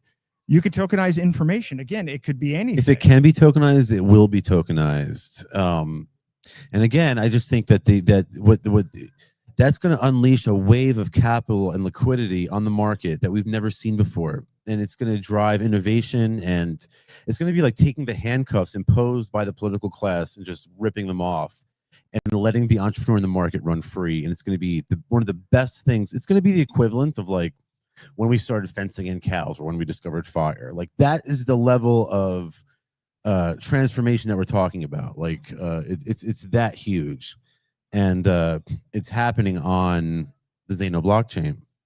Firo is also around the same time that Confidential Layer should be launching. Firo is launching Spark Assets, which is very similar, and that is also going to be, it's going to run sort of parallel, and it's going to be another game changer. And we'll be covering that more and more here as well. It's actually also going to be connected with Confidential Layer, Firo. How so? It's not just Zano. No shit. So it just starts like, because Zano already has that technology ready, right? It has it live and working on the mainnet. But actually the idea for later on is to actually have this non-custodial decentralized bridge that allows you to bridge between transparent blockchains and private blockchains. So not just Zano. Nice. At the start, it will be just Zano, but anything that has confidential assets or something similar can be plugged into this and will be probably plugged into this. So Firo already, for a fact, I can say that they are on board. But there's also others, right? So you have Beam, you have, I believe. But Firo shouldn't need to bridge to Confidential Layer because it's already private. Yes, but so is Zano. I'm confused. Are you saying that Firo is going to be using Confidential Layer as a bridge?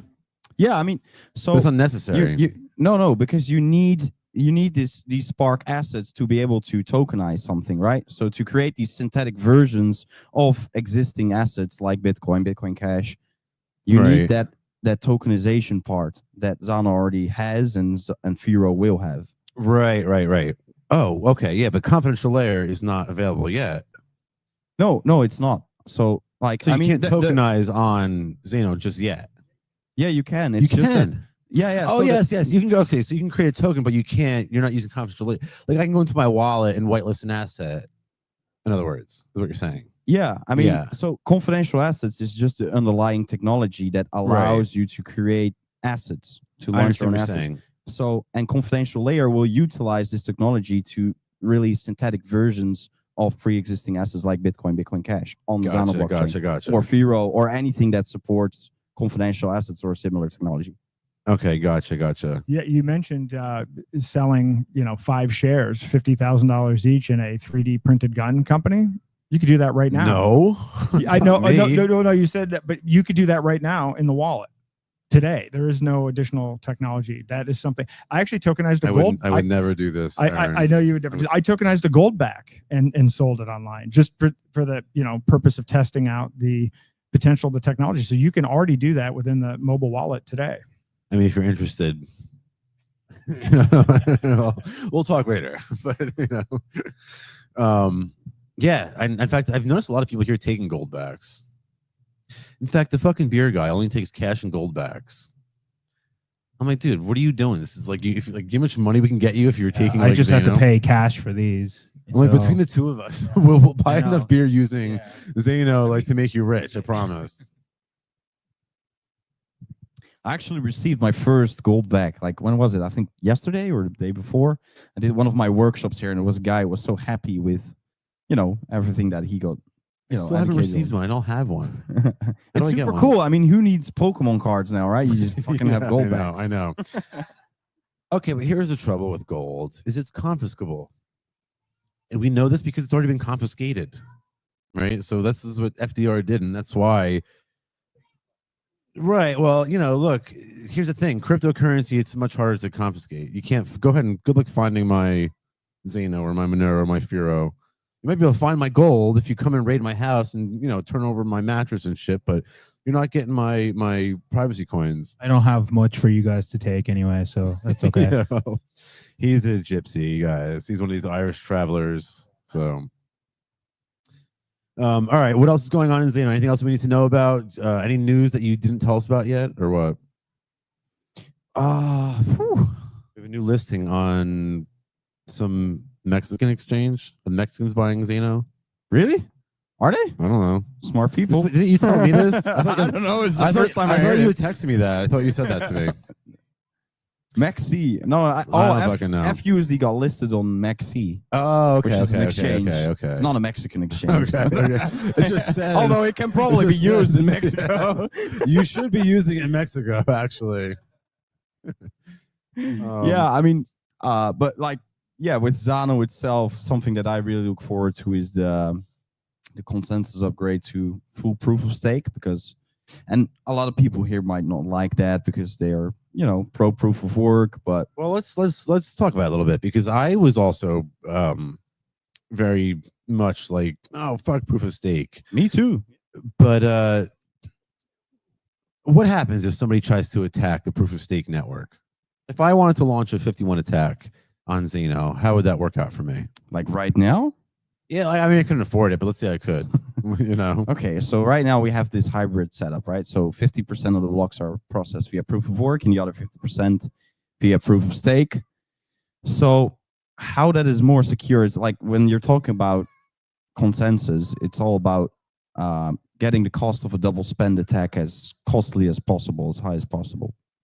So, and people that like proof of work, they use all kinds of arguments like proof of stake is oligarchic, or you need to put in energy to create something that has value, so proof of work is better. But those are all arguments that are not really related to consensus, because it only serves one purpose, which is the cost of an attack. And with proof of work, you just need the majority of the hash rate to do a 51% attack, a double spend attack.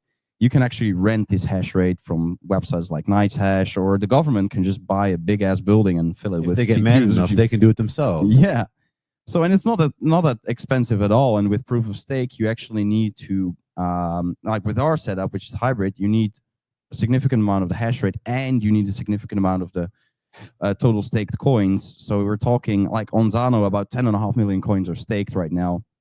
So it's a bit of a balance, right? So if you have more hash rate, you need less total stake coins. If you have more, you need less stake coins. And if you have more of the staked coins, you need less hash rate. But there's always like, you need at least 20% of either of the two. So if I would have like 80% of hash rate, something like that, like 70, 80% of hash rate, I would still need 20% of the proof of stake, of the total proof of stake coins, which is at this moment like 2.5 million Xano coins.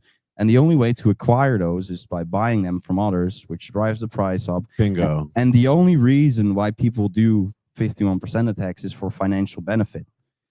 And you just take away that financial benefit if you have proof of stake, because the cost of an attack just becomes so high that there's no reason for you to 51% attack anymore. And of course, governments could, if they kind of have unlimited financial means, right? So they could always do it, but that counts for every coin and also every privacy coin. It's all about making it as expensive as possible. It's never impossible, but making it expensive as possible. Well, if you attack a proof of stake chain like Xeno, you're just gonna, like you said, you're just gonna drive the price up, and you're gonna make everybody else rich. Yes, although that's not the point of it, but yes. You think dollar signs, don't you, Sal? No. I'm saying is it's not gonna work because you're gonna make everybody else rich. So it's financially infeasible to 51 attack Xeno. Yes, that's correct. Would you do me a tremendous favor? I'm going to go take a leak. Would you lead the conversation for like 5 minutes? Okay. All right. I'll give it a And we shot. come back, we'll bring on Ronnie, because I want to talk about NFTs and Obscura, because they have some interesting shit they're working on. All right. BRB. All right. So where are we going to go from here? Ooh. Sal's breaking everything here, guys. Yikes. We always have technical difficulties on the stream, so this is, Is this this is the- normal. That's actually quite subtle, Is this always the source? Yeah, it's always the person who left. We won't name him, but Yeah. So what's the timing on confidential layer? Did you? I mean, it's not up to us, right? I mean, I just get updates from them, and so I can't really say a precise estimate. But from what I hear, it's going to be there pretty soon. I hope pretty soon. So that's cool. But if we have some, like, we need some time to kill, like, we can talk about PorcFest and my experience here, because it's the first time that I'm at PorcFest, and I really like it so far. Especially the Agora Valley, where they're so open-minded, right? So actually, that's what I like most about. I think that's my favorite part about PorcFest so far, is the Agora Valley, that they just, when you go there and you want to buy something, you say, hey, listen, I would love to buy this from you, but I only have Freedom Dollar, or I have Zano. Would you accept that? They actually, they're open to it. They actually want to listen. They ask some valid questions about, okay, why should I take it? And then once you give them valid arguments, they're happy to take it. So actually, I've been buying my dinner and my lunch with Freedom Dollar and with Zano every day here so far, and that's something that I found really cool. How does it meet your expectations? Like, what did you expect when you came here? I didn't really have expectations. I mean, I've heard wild stories from Sal, and I heard good stories from you, and I read something about it on the internet and all of that. So, but I just went in with an open mind, and but yeah, it's better than what I had hoped for. I really like it here. I actually quite jealous. We should have something like this in the Netherlands or in Europe at the very least, or maybe something like that already exists and I'm just unaware about it. So if anyone that's listening knows about a similar event, then please let me know, because then I don't have to fly all the way to fucking Boston next time. Well, when New Hampshire was selected, it was this whole long process. So my guess is that if there was something like that in the Netherlands, we'd know about it. Yeah, maybe it's a little more underground, who knows. Yeah, this is also my first time here. As Sal said, I'm kind of newer to this world, but it's kind of great to see, like, everyone wants this. They're here together. It really makes it feel real, like it's different. You're online, you see the little groups talking about it and stuff, but it's great to come together and like everyone's kind of on the same page. Everyone's accepting crypto. Like it's great. Like it shows you this is real. This is happening. It's what people want. And I think it's a great opportunity, to network and meet other people and, talk about ideas and solutions. And yeah, it's been a great time. So Sal, how does this compare? Because when you and I talked, I know you haven't been back for a while, but this I know was transformative for you in your life. What do you think about this PorcFest? It's definitely tamer. I'm gonna keep it real with you. It's tamer than it was in 2014. When I came here, there was a sex tent, and I came here with like. You sound very sad about that. I am, yes. I brought like a bunch of my friends here, like my normie friends. And like I remember, like I think I got drunk and like passed out at like 9, and then I woke up and they were gone. And I walked past the sex tent, and, like my buddy was like strapped up to the wall, like some like stripper was like whipping him, and I'm like, what the fuck is going on here? But that's the vibe at PorcFest. Again, like I held like the second 3D printed gun ever created. Like I held in my hand. So like, but this is fun. I'm having a good time. I'm more of I guess a participant than I was 10 years ago, when I was new. But it's a good time. I always love it here, and I enjoy like paying with crypto and using crypto and stuff like that. So it's always a good time. Tremendous fan of PorcFest and everything that happens here. It's also just beautiful in like the mountains, like in New Hampshire. It's just gorgeous. Like the air just is crisper and. Yeah, we live down in Florida now. We love the beach life, but it is nice to have the scenery in the mountains, a little cooler, we're not sweating constantly. So yeah, it is great here. Cold as balls though. Yeah. It is cold as a motherfucker. That's because you've no hair. That's true. It's not that That's cold. True. This is just normal. Fair. Yeah. That's true. We're from Ireland though. Yeah, this is just standard weather for me. So we're gonna be there in a few weeks. Yeah, we're actually heading to Ireland for 6 days. I'm taking them to the motherland for a visit. Fish and chips. Guinness. Yeah, Guinness. And totally. I've seen one place here that sells Guinness. I'm going to be swinging by there later. It's actually my birthday today, guys, for those of you who don't know. 46. 46 Get out years here. Old. Oh, my God. My back's about 80. You know. Yeah. Yeah. But yeah. So join me for a Guinness and a shot later, guys. We walk by, we're like walking here, and there's one guy who's like a fucking Guinness sign, The and of sign course, and like a everything. moth Oh, to the drooling. flame. I swear to God, I'm like, bro, It's I'm the like, first place I'm going when this is like over. we have a podcast in like 45 minutes. That's Can we fine. not? He's like, oh, I can't wait to leave. I'm like, I'm going right there. But all right, let's kick one of these guys off. Aaron's got shit to do. He's like, fuck you guys. Thanks, bro. Appreciate you, man. Aaron Day, everybody. Yeah.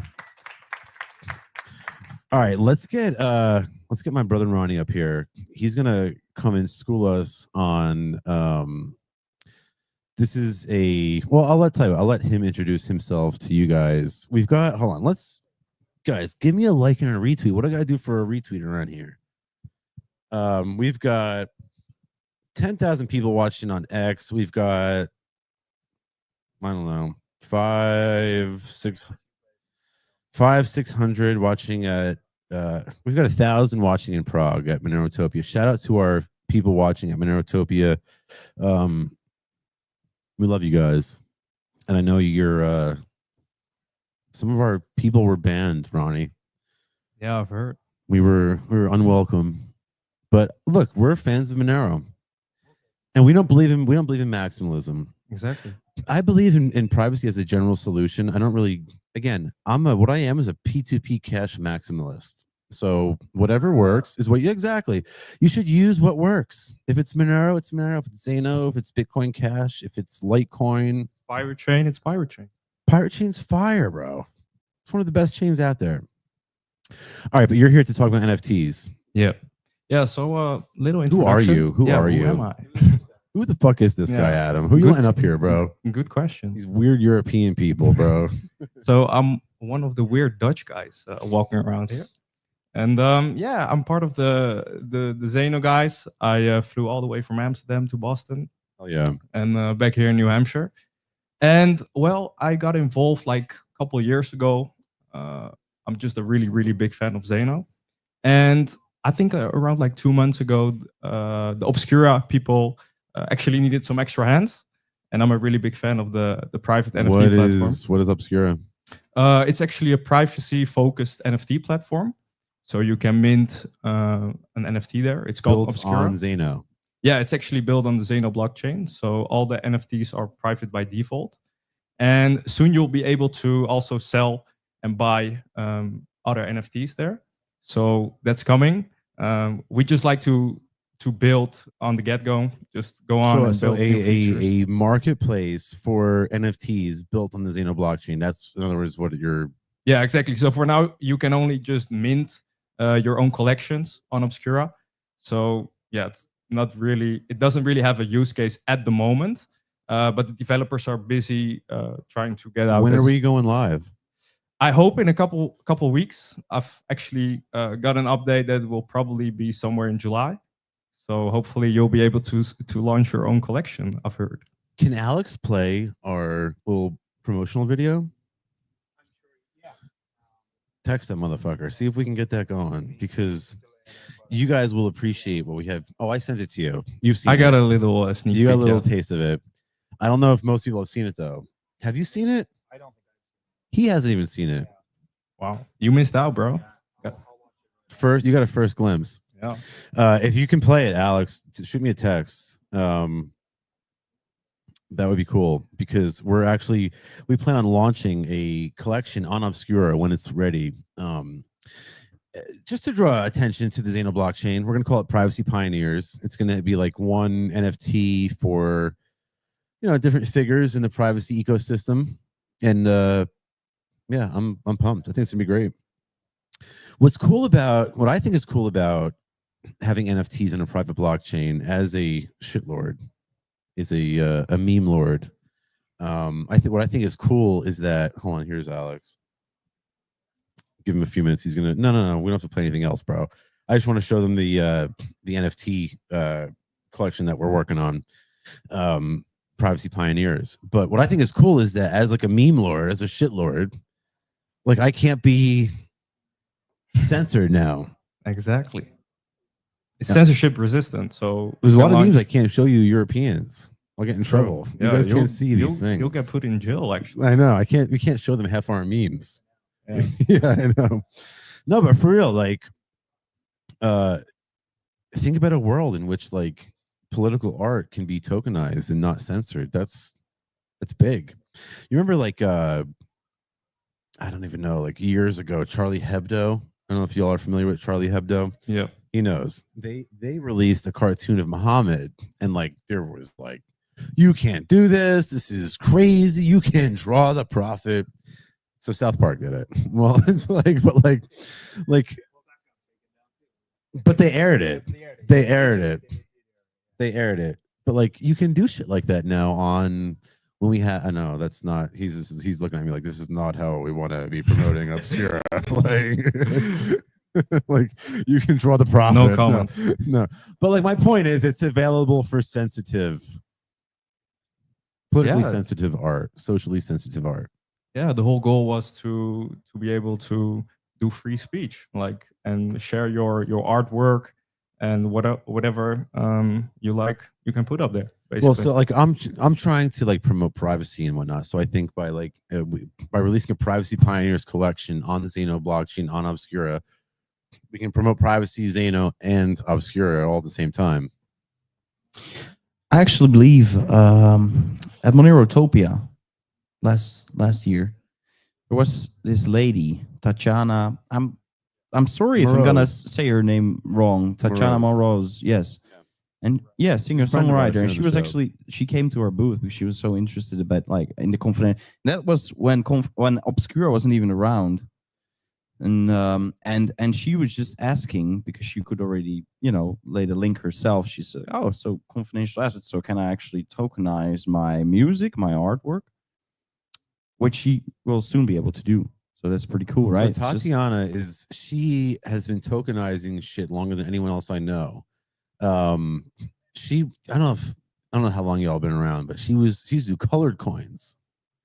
Really? With any OGs Oh, here. that is Colored fucking coins on Bitcoin. This is like in 2014, 13. I remember coming here and she had her guitar and there was like a QR code and like you could buy Tatiana coin and you could exchange Tatiana coin on her website for like albums and music and like custom songs and shit like that. Pioneer of the token game. So the fact that she's interested, that's like that you're getting some real OGs involved in the token game there. Yeah, well, actually, I'm in contact with her, and she's also really interested in launching her own collection on the Obscura platform. Oh, I gotta beat her, bro. I gotta beat her. You gotta give me inside info. It's gonna be a race because when the Tatiana. marketplace is gonna go live, it's up to the races. So oh god, stay tuned, and hopefully we can get some more artists and meme lords like yourself up there. I thought we had the inside info here, bro. Tatiana's she's getting the jump on us, bro. yeah. Where's your Monero hoodie? Yeah, and also to talk a little bit more about Obscura, another interesting feature that is actually coming soon is a new web app where you can actually use your Obscura as an access token to private events or to gated content or whatsoever. So, for example, I think you guys are familiar with the Bored Ape. Of course. Well, the Bored Ape holders actually had some events, but in order to get in, you need to have the Bored Ape, right? So there was another web app made that you can actually verify you're the Bored Ape holder to join this Bored Ape Yacht Club meetup. And we're trying to recreate a similar thing on Obscura as well, where if you hold one of the NFTs in your collection, you can actually, I don't know, do like a private, on like the NFT collection, not on the marketplace. Yeah. Yeah. So like, it's like if you have a Bored Ape, you can get into what they call like the graffiti board, and you could like, they don't actually do anything on there. They just like scribble. So if you could like buy a Bored Ape for like, $3 million, and you have access to the graffiti board. You can go like scroll your name on like some like digital. It's nothing special, but my point is, it's like it's access is granted vis-a-vis the NFT, not vis-a-vis the NFT marketplace. What about PorcFest tickets on Fuck Obscura? yes. Fuck I would like yes. that. Let's go. Let's I would go. actually pay something extra for that. That would Yeah, be- me too. I Yeah. know. I know. We're thinking about doing some sort of thing like that with the Privacy Pioneers collection, where it's like you get access to something. I don't know what. Yeah, but I was something- talking about like real life access actually. So that I don't know, like this, like PorcFest, that you can actually launch a PorcFest collection on Obscura and sell it there, and people show it at the drive through, and they'll get in. one of the ideas I've been kicking around is like starting like my own little like privacy cypherpunk agorist kind of conference meetup kind of thing. And yeah, that would be great, is to like, you know, have an NFT be like the ticket to get in, like rather than, you know, a barcode on your emails. Like this is done at most crypto conferences. Like at least at this one, at ETH, it wasn't even like that. It was just like, oh, you're Sal, come on in. It was just like, you know, but if we could do that in a way that uses NFTs, I think that's kind of what NFTs are for. Yeah. And also a little add up to that is, I know the developers are also working to make the NFT actually displayed in the Zeno wallet, so that you will be able to view your NFT also in your Zeno wallet. So not only on the Obscura platform, but also in the Zeno wallet, you will have access to your I like that NFT. So like a real image will be oh appearing no there. shit. Yeah. That's fire, bro. Where did you send me this? You sent me this. Where was this? Just yeah, like, can we show them on this, like in Please front of don't the show- camera? we don't want to send any nudes, bro. Keep that shit to yourselves. I know what you guys are up to in the Netherlands. I know what y'all do.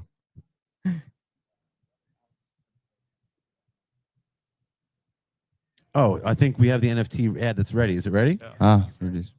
Hold on. Let's wait. What do y'all got for me? Yeah, so Nude landscape. Oh God, it's a dick pic, bro. Come on, bro. I've seen bigger. Wait, what am I looking at? Is this like an NFT or? Is how it will look like in the Zano mobile wallet. So when it auto detects that it's an NFT instead of just like a normal confidential asset, so it will automatically display the image. So I don't want to go to your balance, but if I go to the home screen, is it visible? This is just a screenshot. yeah, This this is is a just a screenshot. screenshot I actually received. So it's not live yet. It's the developers are actually working on it, but this is just a screenshot I got from my sources. Right. So in other words, right now, an NFT on Zeno is it's like creating a Zeno token, but just with a quantity of one. Yeah. Right. Yeah. Yeah, Okay. exactly. So you're just throwing in metadata there, but once we have the Obscura marketplace, Yeah. In other words, Obscura is going to function kind of like OpenSea does Exactly. on Solana, right? Yeah, exactly. Okay. So we're aiming to get like all the features OpenSea has, but with the privacy. I used of to Zeno. teach classes about minting tokens on Solana using OpenSea, and it was the easiest fucking thing. It was like 5 buttons, and you could have your own like NFT on Solana. I mean, it was like stupid simple. You know what I mean? Hopefully, Obscura takes the same route. Yeah, I hope so. I know the developers are working day and night to make it work, and also to make it as easy as possible to work. Because, well, I gotta admit, in the beginning, it was quite like hard to understand how it actually worked. You need to be a little bit technical, but I know there's gonna be some UI UX upgrades. It's very coming easy soon. to make an NFT in your Zeno mobile wallet app right now. Yeah, but like in the beginning when I was testing it out, it was still a little bit like hard to understand what everything meant and how to actually. Who are the developers here? Who are you working with? Well, Andre? they're anonymous. Andre. I don't know. Fucking, I'm texting Andre. I want to know when. Andre Sabelnikov. Tell me right now. All right. One last interesting thing, because Quinton was just talking about the confidential layer thing. That also has to do something with the Obscura, because soon you will be also able to make your Bored Ape or your CryptoPunk or any other NFT that's on a public blockchain to get it to the Zeno blockchain and make it actually private. So you can actually trade your public NFT privately on Zeno. So I can send a Bored Ape. Yeah, via Privately. the confidential layer bridge. and you'll be able to play around with it on Obscura. That's something on the roadmap, I've heard. So for people out there that man, find it interesting, stay tuned. Yeah, and also another thing.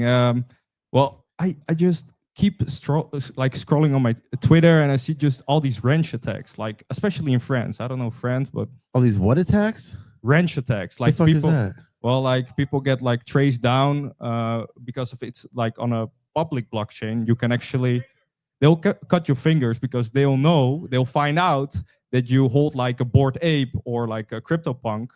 Actually, I think on OpenSea you could even see like which celebrity had this Bored Ape before you. You had like Justin Bieber, Snoop Dogg had all these Bored Apes. You could see it, but that actually gives you a target right on your forehead. So with Obscura, this is not going to be possible because it's on the Zeno blockchain. Boom! Power of privacy. So that's so you can actually trade. You can actually wrap a Bored Ape up on Zeno and trade it privately on the Zeno blockchain. There you go. So wow, we're waiting for that. So with confidential layer, it's going to be possible. So we're also really excited about confidential layer going live soon, so we can get that start rolling. All right, let's see if Alex can play this. I want you to see this little video we have for the Privacy Pioneers NFT collection.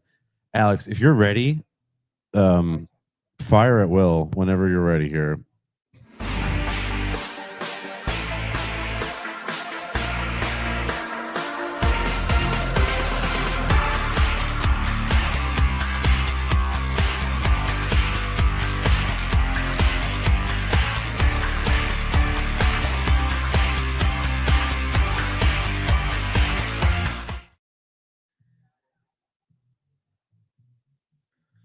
Have you not seen this? Oh, you've seen it, right? Have you seen this? I did see it. Yeah. Are we back? We're back. Check this shit out. Look, there's Ross. Yeah, I did see it. That's going to be Satoshi. I don't know why we said July 4th. You know why we said July 4th? Because we were hoping that Obscura was going to launch by July 4th, but I don't think it's going to. And I told him, I was like, don't write July 4th because I don't think it's going to be ready. Yeah, just keep an eye on the socials. If you guys want to, for the people watching, if you want to learn more about Obscura, you can go to obscura_.art or underscore NFT, excuse me. And the website is actually obscura.art. So Obscura.art is the website. Yeah, and the Twitter handle is obscura_NFT. Yeah, but the real meat and potatoes is on Telegram. True. Yeah, you're right. Where do we get at you on Telegram? Yeah, that's where the nitty gritty is shared. And also, if you guys are like looking for certain features, there's actually like a separate group within the Telegram where you can actually like send your new feature you would like to see on Obscura. So people can actually give feedback, and we can. No, I will be able to use metadata. Yeah, you will. That's coming as well. Okay. Very cool. All right. All right. Cool, guys. I appreciate you guys. You're dismissed. I got to get the next round of get the fuck out of here. Thanks, bro. Thanks, guys. Appreciate you, bro. All right. We have shots later. We have Crypto Royalty just walked in the house. Mr. Mark DeMazel, my man. How are you, sir? Oh, look at this shirt. Thank you for the honors. The Prince of Cryptocurrency. Wow. I wish. So, guys, very important. Oh, he loves his beer. You know, he had me in the Netherlands drinking, what was it called, Quentin? What were we taking shots of? Naver. Yeah, it's good, strong alcohol. And sweet. It tasted like 20%. Dude, it tasted like fucking rubbing alcohol. I thought I was gonna die. But you actually have lots of different kinds of Genevers, but a lot of sweet ones, but a lot of sour, or how do you say? It's just strong ones too, yeah. Well, whatever ones he was giving me tasted like I was drinking like the rubbing alcohol out of my grandma's medicine cabinet. But it worked.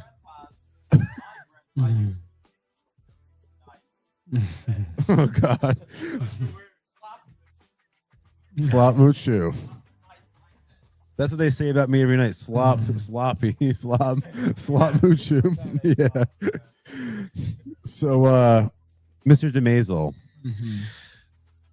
you've been around quite a while in the cryptocurrency ecosystem. What do you got your eyes on?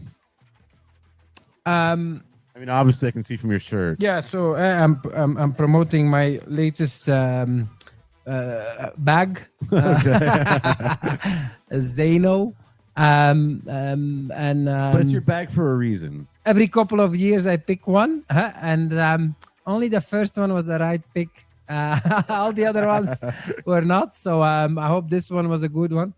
I bet big on several projects since I entered crypto in 2012. Bitcoin was the first one. That was a good bet. But then after that, I did NXT quite quickly because the first altcoins were in already in 2012, 2013, the bubble of 2013. You had the first altcoins also, Litecoin, Peercoin at the time. That's how old school this guy is that Litecoin is an altcoin to this dude. That's how old school he goes. Yeah, it's still around. Oh yeah. But people don't talk about it anymore. But nobody talks about that as like an altcoin. The only people who talk about Litecoin as an altcoin are like the OGs in crypto, like the real OGs. You know what I mean? So what do other people say about Litecoin? Well, most people think like it's one of the main chains. It's like Bitcoin, Ethereum, Litecoin. Yeah, I mean, I do a little online gambling, and Litecoin seems to be at the center of like the crypto choice on gambling websites. Serious? Yeah. So that's my knowledge of Litecoin. Yeah. And when he says he does a little gambling, you know what I tell you? I'm like, what are you doing? It's Sunday morning. He's like, oh, I'm lying. I'm up $400. You know, I'm like, what do you mean? Yeah. So what made you look at Zeno in the first place? It was really Roger Ver who started talking about it to me, and I was like, yeah, that's interesting because I've been looking for a privacy coin, but I could not take the step to invest in Monero or only a little bit, but not go big in it. But it's really something that I knew was important, and I knew Monero was the only one really succeeding in peer-to-peer cash online. It had conquered the dark market. So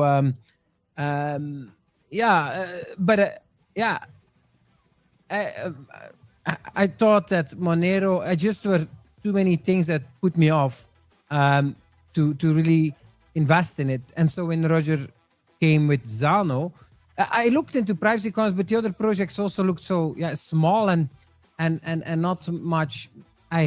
It's just thousands of coins are on the market, and then the privacy coin you have 10, 20 coins, but like it's so unlikely that these coins will succeed, because you need a lot more than just like a project with some good tech.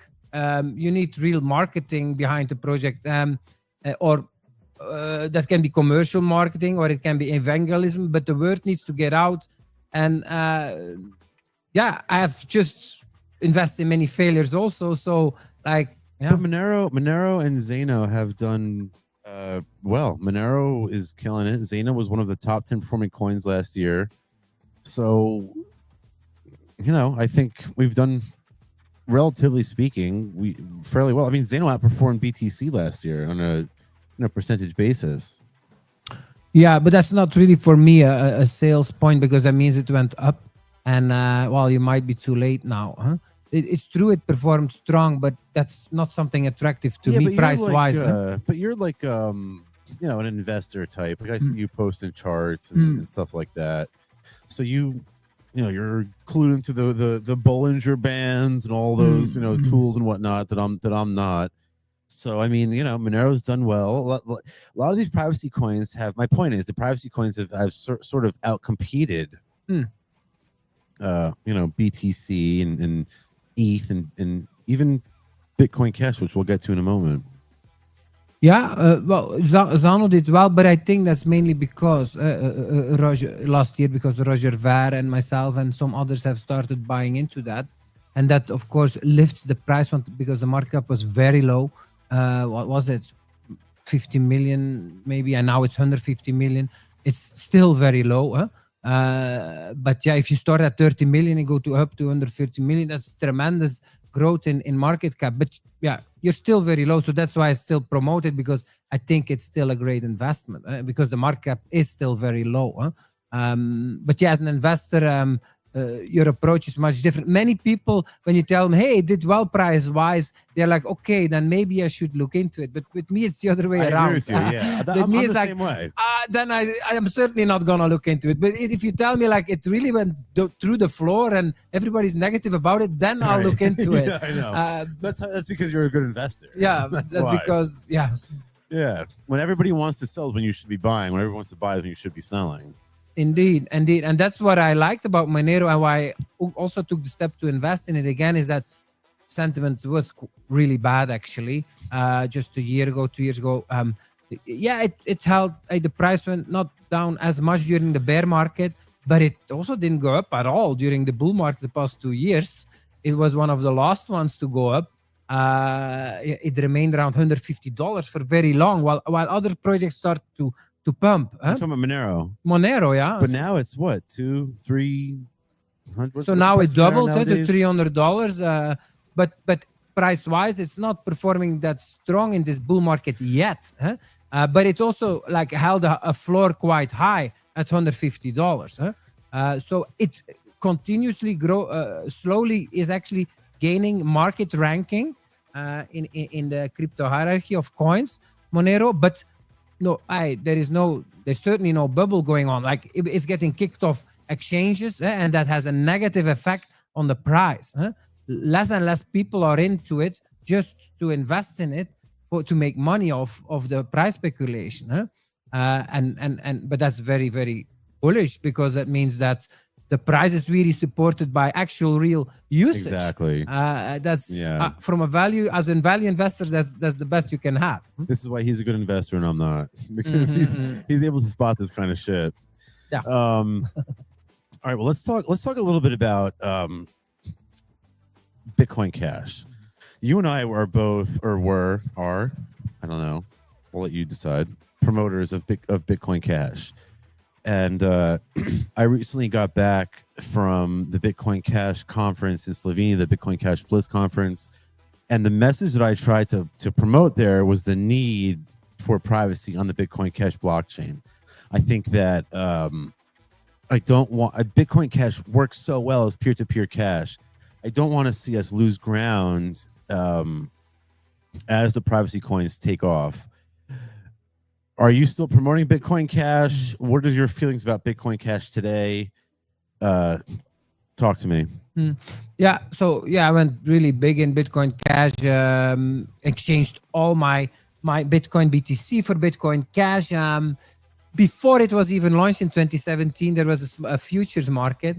So I went hard on that, and then it was around $200-300 when it launched in 2017. It pumped strong in the beginning to actually 20% market share, total dominance of the market cap. Like it was really in the beginning pumping hard, but since then it's actually been losing market share. And the price is still today, well, it's $500 now, but that's pretty much the same. It's even less inflation adjusted than it was in 2017 at $300. So the price has done very poorly.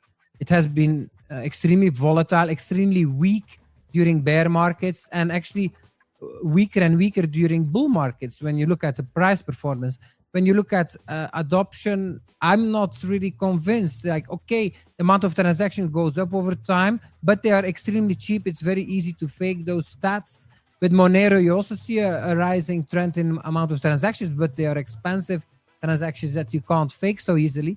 The same is true for BTC and Ethereum. But most coins have extremely cheap transactions, and then it's hard to judge whether increasing utility is true or is fake. So, but my impression is also like Bitcoin Cash. But it works. It works, right? Yes. And you were just saying how you are, you look for fundamentals more than price action. But the fundamentals are there, though, aren't they? Or are they not?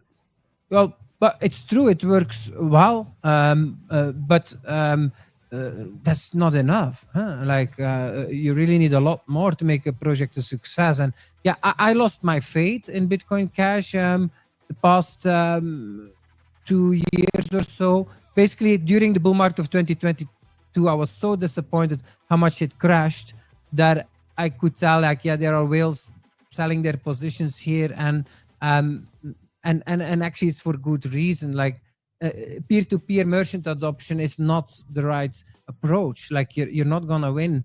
I don't see that going viral. Bitcoin Cash has focused on this a lot, and I don't see that as a successful approach, because it just, you don't see an amount of users in a certain region increase, or the amount of merchants, you don't see that increase over time. What if Bitcoin Cash was able to have base layer privacy? Would you be more bullish on the case for Bitcoin Cash if there was base layer privacy? Yeah, that's the kind of thing. I think it's necessary to save the project, but most people do not agree with that within Bitcoin Cash. They believe there's too many disadvantages having a base layer privacy technology, because it does hinders a lot of other technology to be built on top of the chain if you don't have a transparent blockchain. So I don't know if I don't know if, but I think it's necessary. Yes, from just my perspective, I think it's necessary, because it's a bit like it's a pity that we lost the Bitcoin brand name as Bitcoin Cash. That's really a big loss, and that really has been the downfall of Bitcoin Cash, I believe, because people just don't understand the idea that a brand can split in two. People don't get that. That doesn't exist in the stock market world. Right. If Tesla breaks into two companies, one will change name. It has to be. And so people don't buy Bitcoin Cash. I've long pushed for that's the real Bitcoin, and that's true. But people don't buy into that. But it's a bit the same. Like in Africa, they missed the internet and the computer desk revolution. But wow, they just jumped that technology to smartphones, and now they use smartphones more for payments than we do in Europe. So it's a bit the same with cryptocurrencies. Yeah, okay, you missed the train of a certain trend. You're gonna have to level up, build better technology, and then maybe the next big innovation you can catch. And I believe that's basically cryptocurrencies, transparent blockchains. That's not what people want. They don't want this kind of transparency when they use cryptocurrencies. And I believe, like you, that over time people will realize that this transparent blockchain causes way too much problems for themselves. Taxation risks, one of the biggest ones. And so over time people will realize, like, I should really use a private cryptocurrency such as Monero and others. And that's where I think Zano, but also Bitcoin Cash, if they're willing to take that leap, can catch that market. All right. Before I let you go, do you have any tips for us as investors? Yes. Well, yeah, it starts. Where should my money be, bro? Well, it starts with saving. Many people don't. That's the first step. You need to save money. It doesn't matter how much you make. You need to keep a percentage of that on the side, unless you inherit, like me. That's of course easy. If you inherit some money at a young age, you don't have to save. What? Well, what's outperforming is the question. Well, the thing is, you're gonna miss many trains, and I missed many trains also. But you cannot really catch a train once it's outperforming, because that's not a good approach to best invest something based on that it already went up in the past. Yes, so the way to do it is, like, you need to look at the fundamentals. You need to invest from first principles. The best entrepreneurs, like Elon Musk, also builds ideas based on first principles, and that's not like what's already successful. No, what's needed. That's how he comes up with the ideas. Like, and that's sometimes it looks completely crazy. When he came up with the idea, like, actually we need electrical cars, and I'm gonna basically invest big in a car company, a new car company. That was crazy. Like not a single car company had succeeded, but he was able to pull it off. believes, yeah, because he knows, or he could see like that's really like electrical vehicles are superior in many ways, and it is inevitable that they will take over the petroleum cars. So that's why he dared to invest big in that, because he invests from first principles. Huh? Same with even more so with his other big success, SpaceX. So as an investor, it's the same. You need to, or Bezos also with Amazon. He knew like retail will be big on the internet, and so it's the same as an investor. Like you need to look at like and how I invested in Bitcoin. Also initially was like, okay, this is indeed could totally fail, this technology. That's really a long shot that they claim that no more coins can be created and it's just based on code.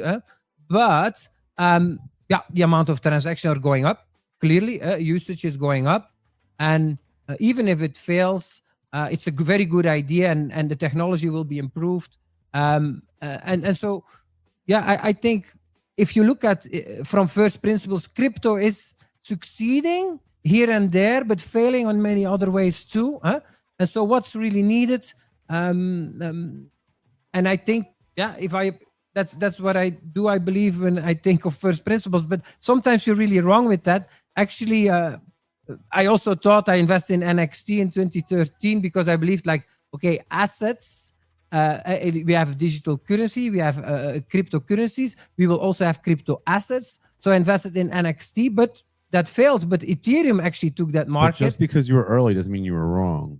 Yes, that's true. Well, I mean, I guess if you're early enough, and there's no difference between being super early and being wrong, I guess, from a financial perspective. Yeah, actually, like when you're early, you lose money also, and so you really need to have your timing right also. But what I learned, and I can give to other people also, is like I invested way too much on one project. Like I invested in NXT, and I said, no, I'm not going to do Ethereum. I don't believe in it. And I was totally wrong. And it makes such a big difference in your finances. It's crazy. And actually, at the same with Bitcoin versus Bitcoin Cash. Like I sold all my Bitcoin for Bitcoin Cash, and that made a lot of sense. But it didn't pan out for reasons that I couldn't foresee. And maybe in the future it will. But I won't. I still have a big position Bitcoin Cash. But okay, it's a lot smaller than it used to be. And so now with this privacy team, like I will try to invest in multiple projects, not just Zano, also Monero, which is the market leader. So if you don't invest in that, like you're playing it very risky. But also a bunch of smaller projects who actually could steal the show. Firo. Yeah, look into Firo, FIRO. It's sort of the same thing as Zano. Instead of Zano aliases, we have Spark names. Instead of confidential assets, we have Spark assets. It's all developed on a privacy protocol that was developed in-house called Atlantis. You would like it. But I love the idea that I have sort of the same philosophy, like try to get free and the money will follow after. I haven't been as successful as you have investing, but I do like the fact that we have the same philosophy and led us to the same place, which is Zano. So. Yes, I agree with you there. Like the way you said it in the other show was that yeah, if you follow freedom and you invest in the tools and the project that give you freedom, the money will follow. Yeah, exactly. It's a little bit the same with investing. Like if you just in it to make money and to become rich, you're probably also gonna fail. And the same with entrepreneurship. You need to build something of value for the people as an entrepreneur, and then the money will follow if you do a lot of things right. It's the same as an investor. You need to invest in projects that create or valuable for people, or at least entrepreneurs that build real value for the people. And if you do that, then some projects will succeed, other fails, but on average, you'll make money. Adam, this is obviously my co-host Adam. He's extremely new to the cryptocurrency world. I have brought to you one of the most OG Bitcoiners on earth. Is there anything you want to pick his brain on? No, but just from what I've learned about you this weekend, you seem to know your stuff. I want to personally thank you for coming up here and being on the show. We've around 12,000 across a few platforms, people watching us right now. So yeah, give us a share, guys. Yeah. But yeah, it's been a pleasure meeting you. Thank you so much, Yeah. Adam. Yes, and to the people, please follow me on my X at Mark de Meesel, and I also have a YouTube channel, also at Mark de Meesel, for more. Now I don't know if you don't have to tell us publicly, but we're going to be in Amsterdam on what? 16th? We're putting together a dinner with the Zano team. If you're in the area, I want you to be there. It would be my pleasure. Excellent. Thank you so much, Sal. And I also love your X. It's really cool. Very impressed how many followers you have there, but also your the way you bring controversial things in a funny way. Yes. I really like that. And it's been wonderful to see you in person, to see a face behind such a cool channel. yes. I really like the way you talk and think about things also. Yeah.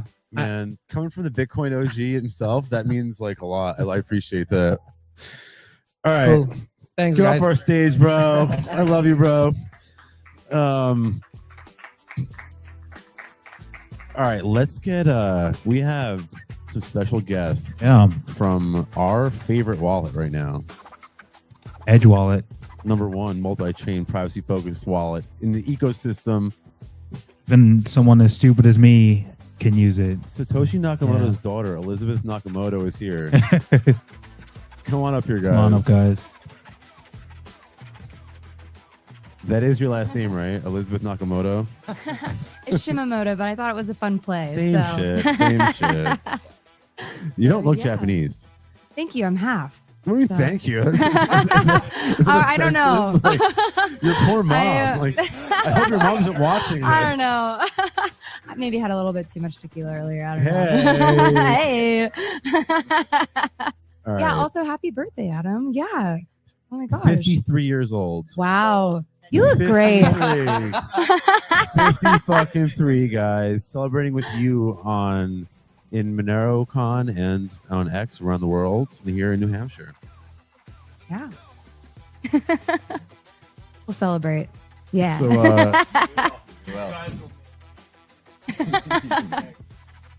It's private. by the way, does anybody have he has what I'm looking for. Do you have any weed, bro? I know you do. So I left my vape. I know. The fucking pirate chain guy has always got He's me, on bro. it. I'm like, yo, I need a lighter for this drink. He's like, I got you. I'm like, yo, I need a drink. He's like, I got you. This is why I love Pirate Chain. We're gonna have them on in a moment too. You know, Pirate Chain, they're the homies. one of the things I love about Edge Wallet is that you guys support all of these fucking amazing coins. It's rare to find a wallet that actually has support for Zano, Monero, Zcash, R, Bureau, Pivex. I mean, the list goes on and on and on. I mean, and these are based privacy coins. First of all, how do you get away with it? #1, a lot of dev time. yeah. Privacy chains are not easy. No, they're not. No, it's worth it though. That's our whole focus has been a huge privacy push because it's essential. It seems to be of the moment. You know, without privacy in crypto, it's almost unusable. It's kind of where it seems the narrative is shaping. Well, it's paid off because honestly, you know, I'm not someone from this world. I've not had that much experience with crypto and wallets, and it is super simple to use. It's fantastic. I absolutely love it. Thanks. Actually, no, Adam is actually obsessed with Edge Wallet. He's actually obsessed. First thing you do when you wake up in the morning. He's like, bro, I can come out and like gift cards, and I got like, there's no KYC, and I can swap from this to that, and I'm like, I told you, bro. It's a nice product. Yeah, cool. Thanks. I told you. So the CEO of Edge, Paul, who's a friend of mine, and he's truly like an OG cypherpunk. And I knew like I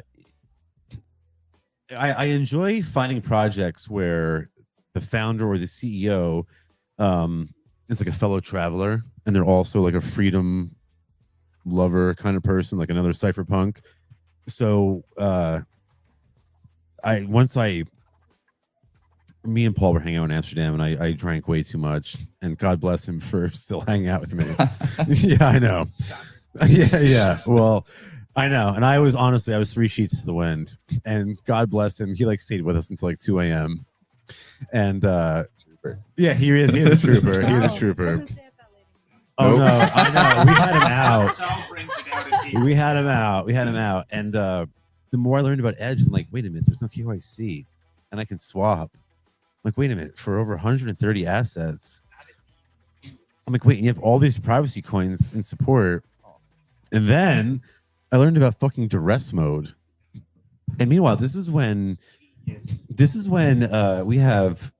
there's crypto kidnappings. There was just a case where like 2 NYPD officers.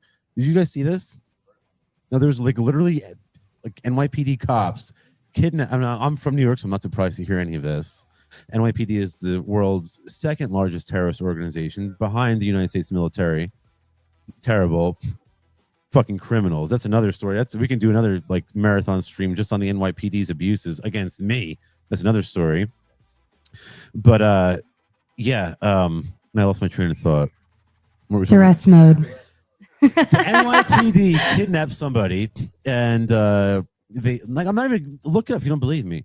Like, this guy's looking at me like I'm crazy. I swear to God, bro, look it up. They actually they didn't do this as part of their job. They actually kidnapped 2 people and like held them for their crypto. Oh my goodness. Yeah. I didn't hear this. That's crazy. Oh, I know. Wow. I was talking to Paul about this. When did this happen? Like 3 weeks ago. We talked on the show. Wow, I just missed that. It's crazy. But duress mode solves this. Yeah. Tell me about duress mode.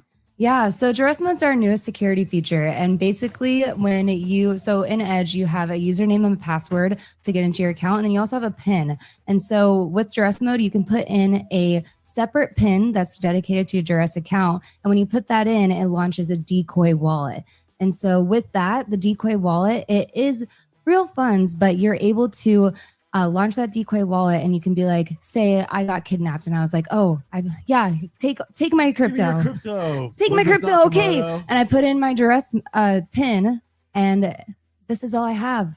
Okay, give it to me. And then I at least just lose a little bit, but it's not, all my other stuff is safe. So what's big about this, and I think this is like the point that Paul made, and this is what was so fucking impressive to me, is that we need, and you heard Aaron Day talk about it, we need crypto to be used, not like it doesn't go underneath your bed, it has to be used as means of exchange. And if people are afraid, if we go to these crypto conferences or in ETHDAM and we get some dirtbag sits outside and they see me and Quentin leave and they think that we're bag holders, even though we're just a couple poor kids, and we walk out, somebody thinks that we're rich, and they stick us up.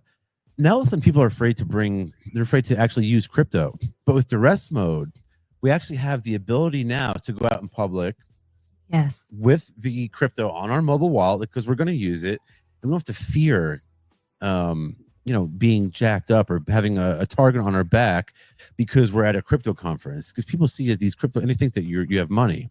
Yeah. And that's the cool thing, is that actually when people travel, they can have their duress mode account active the whole time. So then no matter what, if somebody's seeing your wallet, then they don't have access to those funds. So the rest of your funds are safe. And so it's really big for traveling. And then also we actually had a user requested that has been in crypto for a long time. It's a big Bitcoiner. Duress mode? Yes, duress mode. And so it was a feature that was requested. And so we wanted to help secure those funds. That's what we're about, is privacy, security, and usability. So we wanted to be able to give that to our users. So we're really excited about it. This is how base Paul was. I was like, he's like, you should license this out to like banks and like the ATMs. he's like, no, I don't believe in IP. I was like, oh man, it's from my heart. I was like, open source anarchist, man. I was like, fuck yeah, somebody write a Kinsella against IP. Stefan Kinsella is a lunatic Bitcoin maximalist, and his opinions on crypto are trash. And I've told him this to his face, but he's great on IP. So he's got a great book called Against IP. You can get it at freemises.org. Check it out. Okay, back to Edge. All right, we've talked a little bit about like how y'all have support for all the sickest privacy coins. and duress mode. What's in the pipeline? What can we look forward to?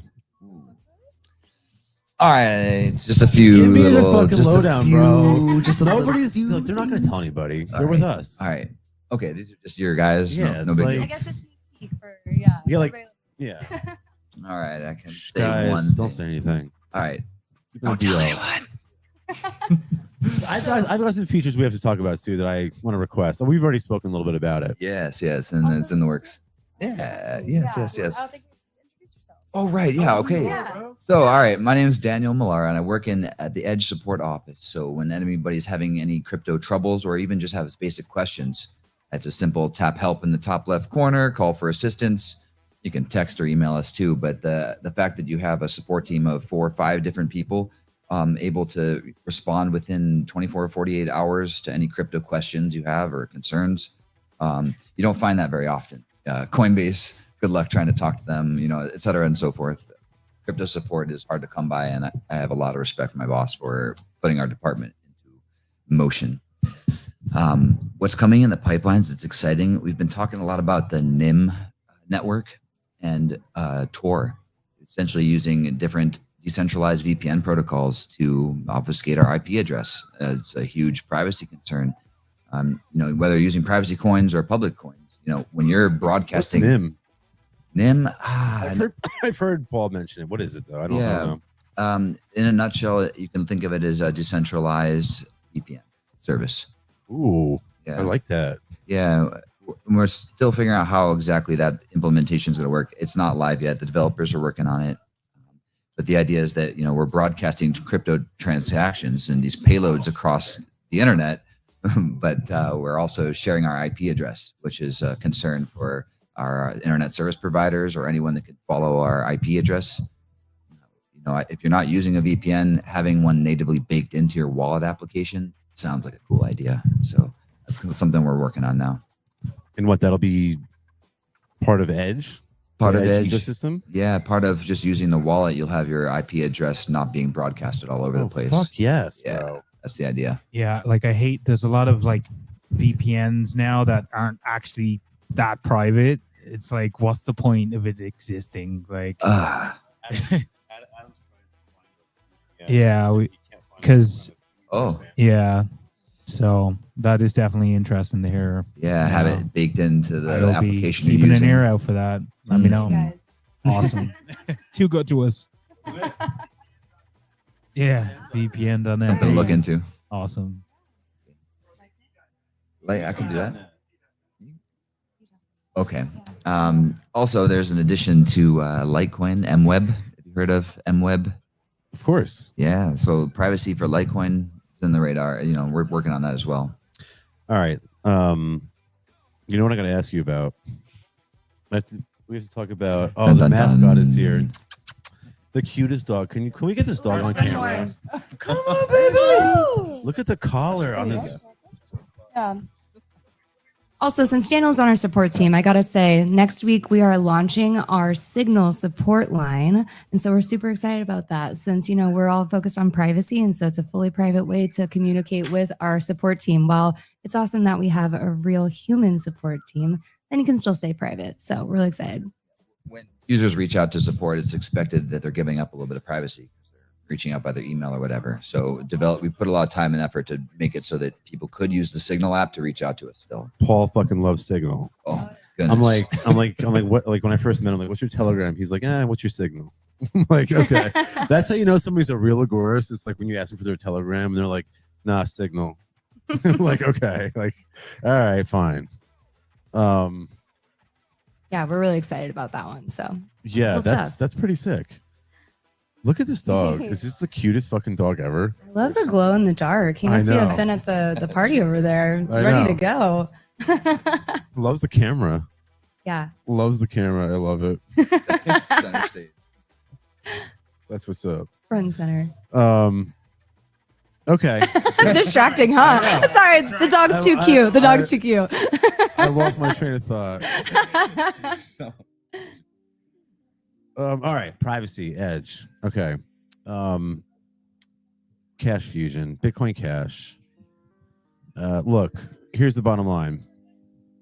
I go to the Bitcoin Cash conference in Slovenia. Do I have the lighter?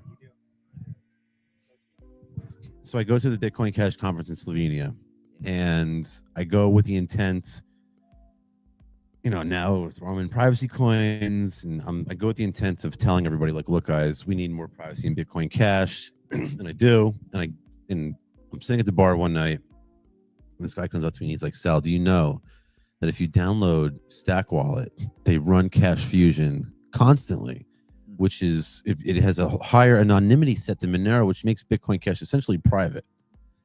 And I'm like, man, that's fucking huge. The fact that you can have a pseudonymous chain run essentially privately all the time is huge. I don't know what that entails, but that is a game changer. And I'm like, yo, I got to talk to my people at Edge. And here I am talking to my people at Edge. What's Yeah. And Edge hears you. Yeah. Really?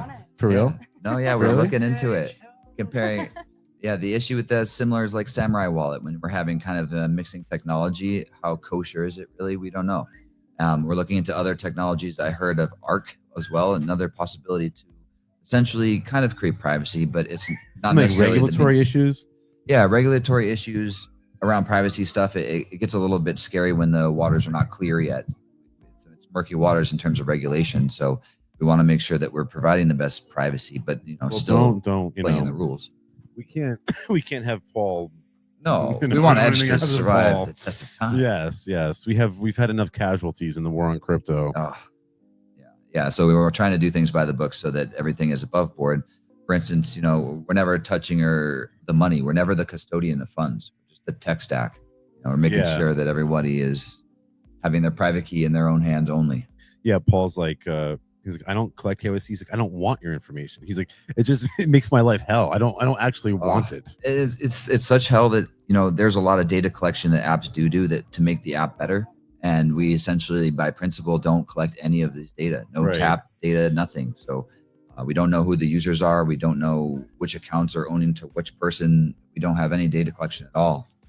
At zero, none. No, and it can be verified because so it's now an open source protocol. I can off ramp. You can off ramp into fiat shitcoin. You could off ramp into fiat shitcoin, and so I can go in Edge Wallet and I can move from crypto to fiat. Yeah, we have an integrated exchange going on and off. So you have your on and off ramp and a crypto swap. That's hot, bro. Multi-chain. That's hot. It's cool because it's all simple in one wallet, one location, one stop shop. I enjoy using Edge personally. That's sexy. That's sexy. It's sexy. Yeah, I know. I mean, that's honestly huge. That's clean sex experience, as if you were on a centralized exchange. I think we're moving to be even more sexier and sexier. That's the idea, is to make it fluid, a sex-like experience, but in a DeFi wallet. Oh, word! We're talking dirty up here. Okay. Getting Sal over here. Is this? Are we streaming on X or? You said get sexy. Where are we? Yeah. All right, guys. Give me a like and a retweet. What do I have to do around here for a fucking retweet for you guys? Jesus Christ. Let's see.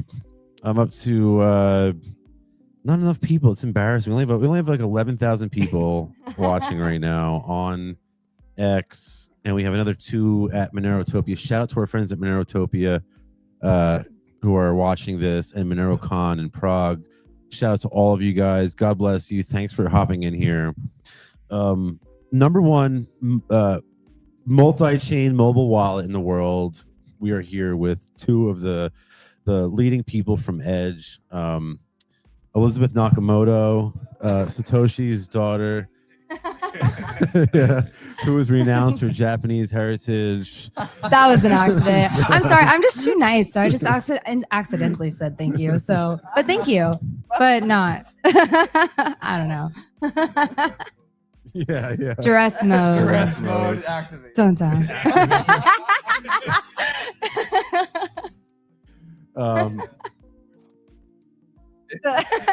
Out. Talk to me about you guys personally. I know it's not about y'all, but like dev, marketing. Are you guys into development and marketing, or are you guys into crypto? Are you a fellow traveler, or are you paid hand?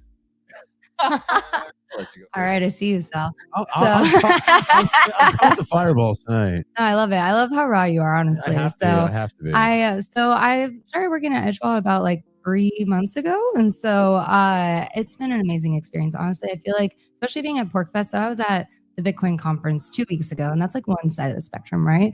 And so in Vegas, yeah. So one side of the spectrum, and then I come to PorcFest, and I'm like, oh my gosh, Sailors of the world. yes. Yeah, it was interesting. I'm sorry. I'm still learning, and You're at the opposite end of the spectrum here. yes, 1,000%. But also, I'm like, wow, this is really like eye-opening and so cool to experience, because I don't know, I have always been really open in that way, and I've been in crypto like, gosh, I think right when I got out of college, I invested, and when you first get in, you invest, then I kind of fell off for a little bit, and then I honestly was looking for the next thing. I've been in marketing for the past few years. I was really sick of the corporate life, and I just felt like I lost it all. And then I stumbled into Edge Wallet on LinkedIn because I live in San Diego, and it's been a really awesome experience to be a part of it, because I get to be here and I get to meet all these really cool people that care about amazing things. So honestly, yeah. Crypto is one of the best industries for marketing right now, because Oh my gosh, it is exploding. I mean, yeah, it's been exploding since 2013. 1,000%, yeah. And but back then, we didn't really have the resources to pay people for marketing. Yeah. Nowadays we do. Nowadays the tide has shifted. Yeah, I actually, when I first invested, it was because I had a friend who actually, he quit his job and was working for a crypto company. And I was like, what are you doing? And he helped me get into it. He was helping me understand. And I saw how it could change his life, because he retired at 29. Like, I'm 29 now. Like, that's wild, And so, it really opened my eyes to just like what it can do, and like how you can really be free in this world, I have friends back home who, they said I was crazy. And, some of my friends who were like the most successful right out of high school, like they started their business, right out of high school, and they were killing it. They'd be like, Sal, what's wrong with you? You're like, you need to, you're doing this crypto shit. Like, you need to like, and I'm like literally, well, you know what? They're still working those jobs. And here I am in fucking PorcFest on a Thursday getting drunk and stoned with you motherfuckers. You know what I mean? Like, so who was right? Who was wrong? Exactly. Exactly. That's what. Oh man! So I got into Bitcoin back when it was $15, just poking around to figure out how to order drugs on the internet because of the Silk Road. Drums, yeah, me too. Oh, yeah, me too. drums. I was buying drums for drums. when Bitcoin was $15. I'm a big drummer. yeah. SilkRoad.com, right? Yeah. Anyways, I took those 2 Bitcoin, I sent them to the wrong wallet address, and I lost my $30. That was my end of my crypto journey for a while. That's like $250,000 today. It's like $250,000, bro. Yeah, it's one of those hindsight lessons that keeps coming back. Somebody's like still like thanking you. They're playing every night. Thank you for that guy. Yeah. Who sent me the wrong Bitcoin? Like, yeah. So yeah. And then so Bitcoin went up, and I was like, wow, what did I just fumble? And then I was like down to the 300 range, and I was playing around the Silk Road to buy drums because I'm a drummer. Of course, me too. Drums, yeah, sure. Boom, boom, boom. What's your favorite beat? Oh, he knows it. He knows it. He's got it. I meant the timing, but testing. Yeah. We'll keep. Oh, you know it. He's got it. All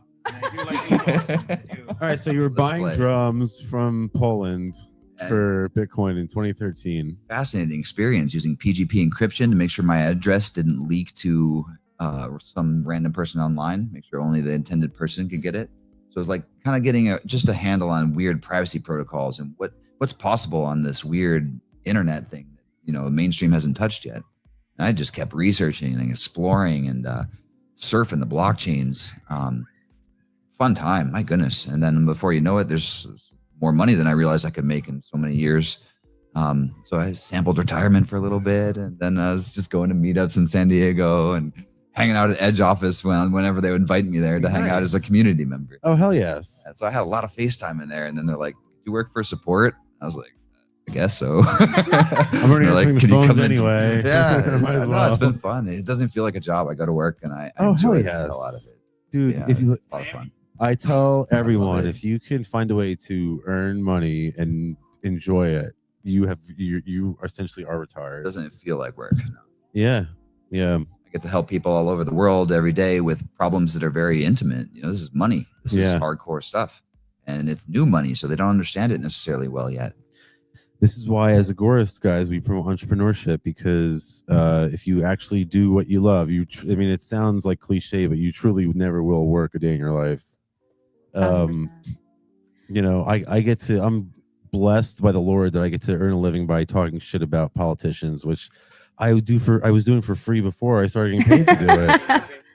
My friends would be like, "Shut up, bro. We get it. Nancy Pelosi, I know." And I'm like, "Bro, she's fucking robbing me." And then like now it's like I do it to an audience on Twitter, and you know, Elon Musk will pay me for it. I gotta say, Daniel was a huge help for me with learning everything since I started At my Edge job. or in Yeah, crypto in at general? Edge. I mean, crypto in general. Like, I mean, there's so much to learn, right? Like, I was, like I said, invested, but I wasn't in the space, and I feel like since being like having this job, I've really just like learned so much. And so, yeah, the Edge team and just everybody here too.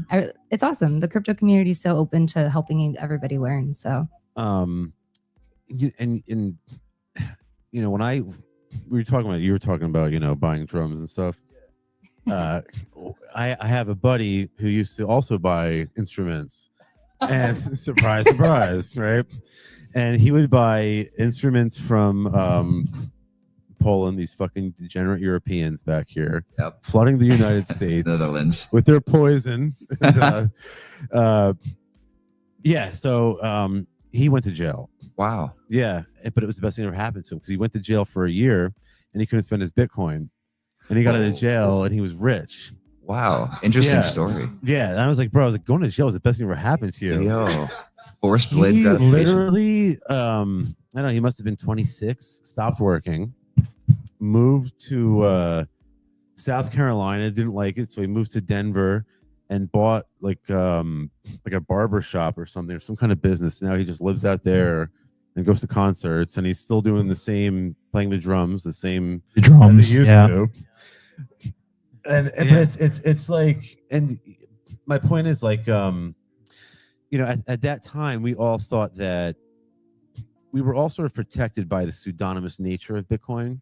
We all thought that, and you know, that was the whole, what Ross was doing with the Silk Road, was the idea was that our identity is concealed behind the string of numerical or characters and whatnot, and we're safe. It didn't take long for the parasites to evolve blockchain analytics, and they figured out, they were able to sort of track us and find out who we are, and that's what happened to Ross.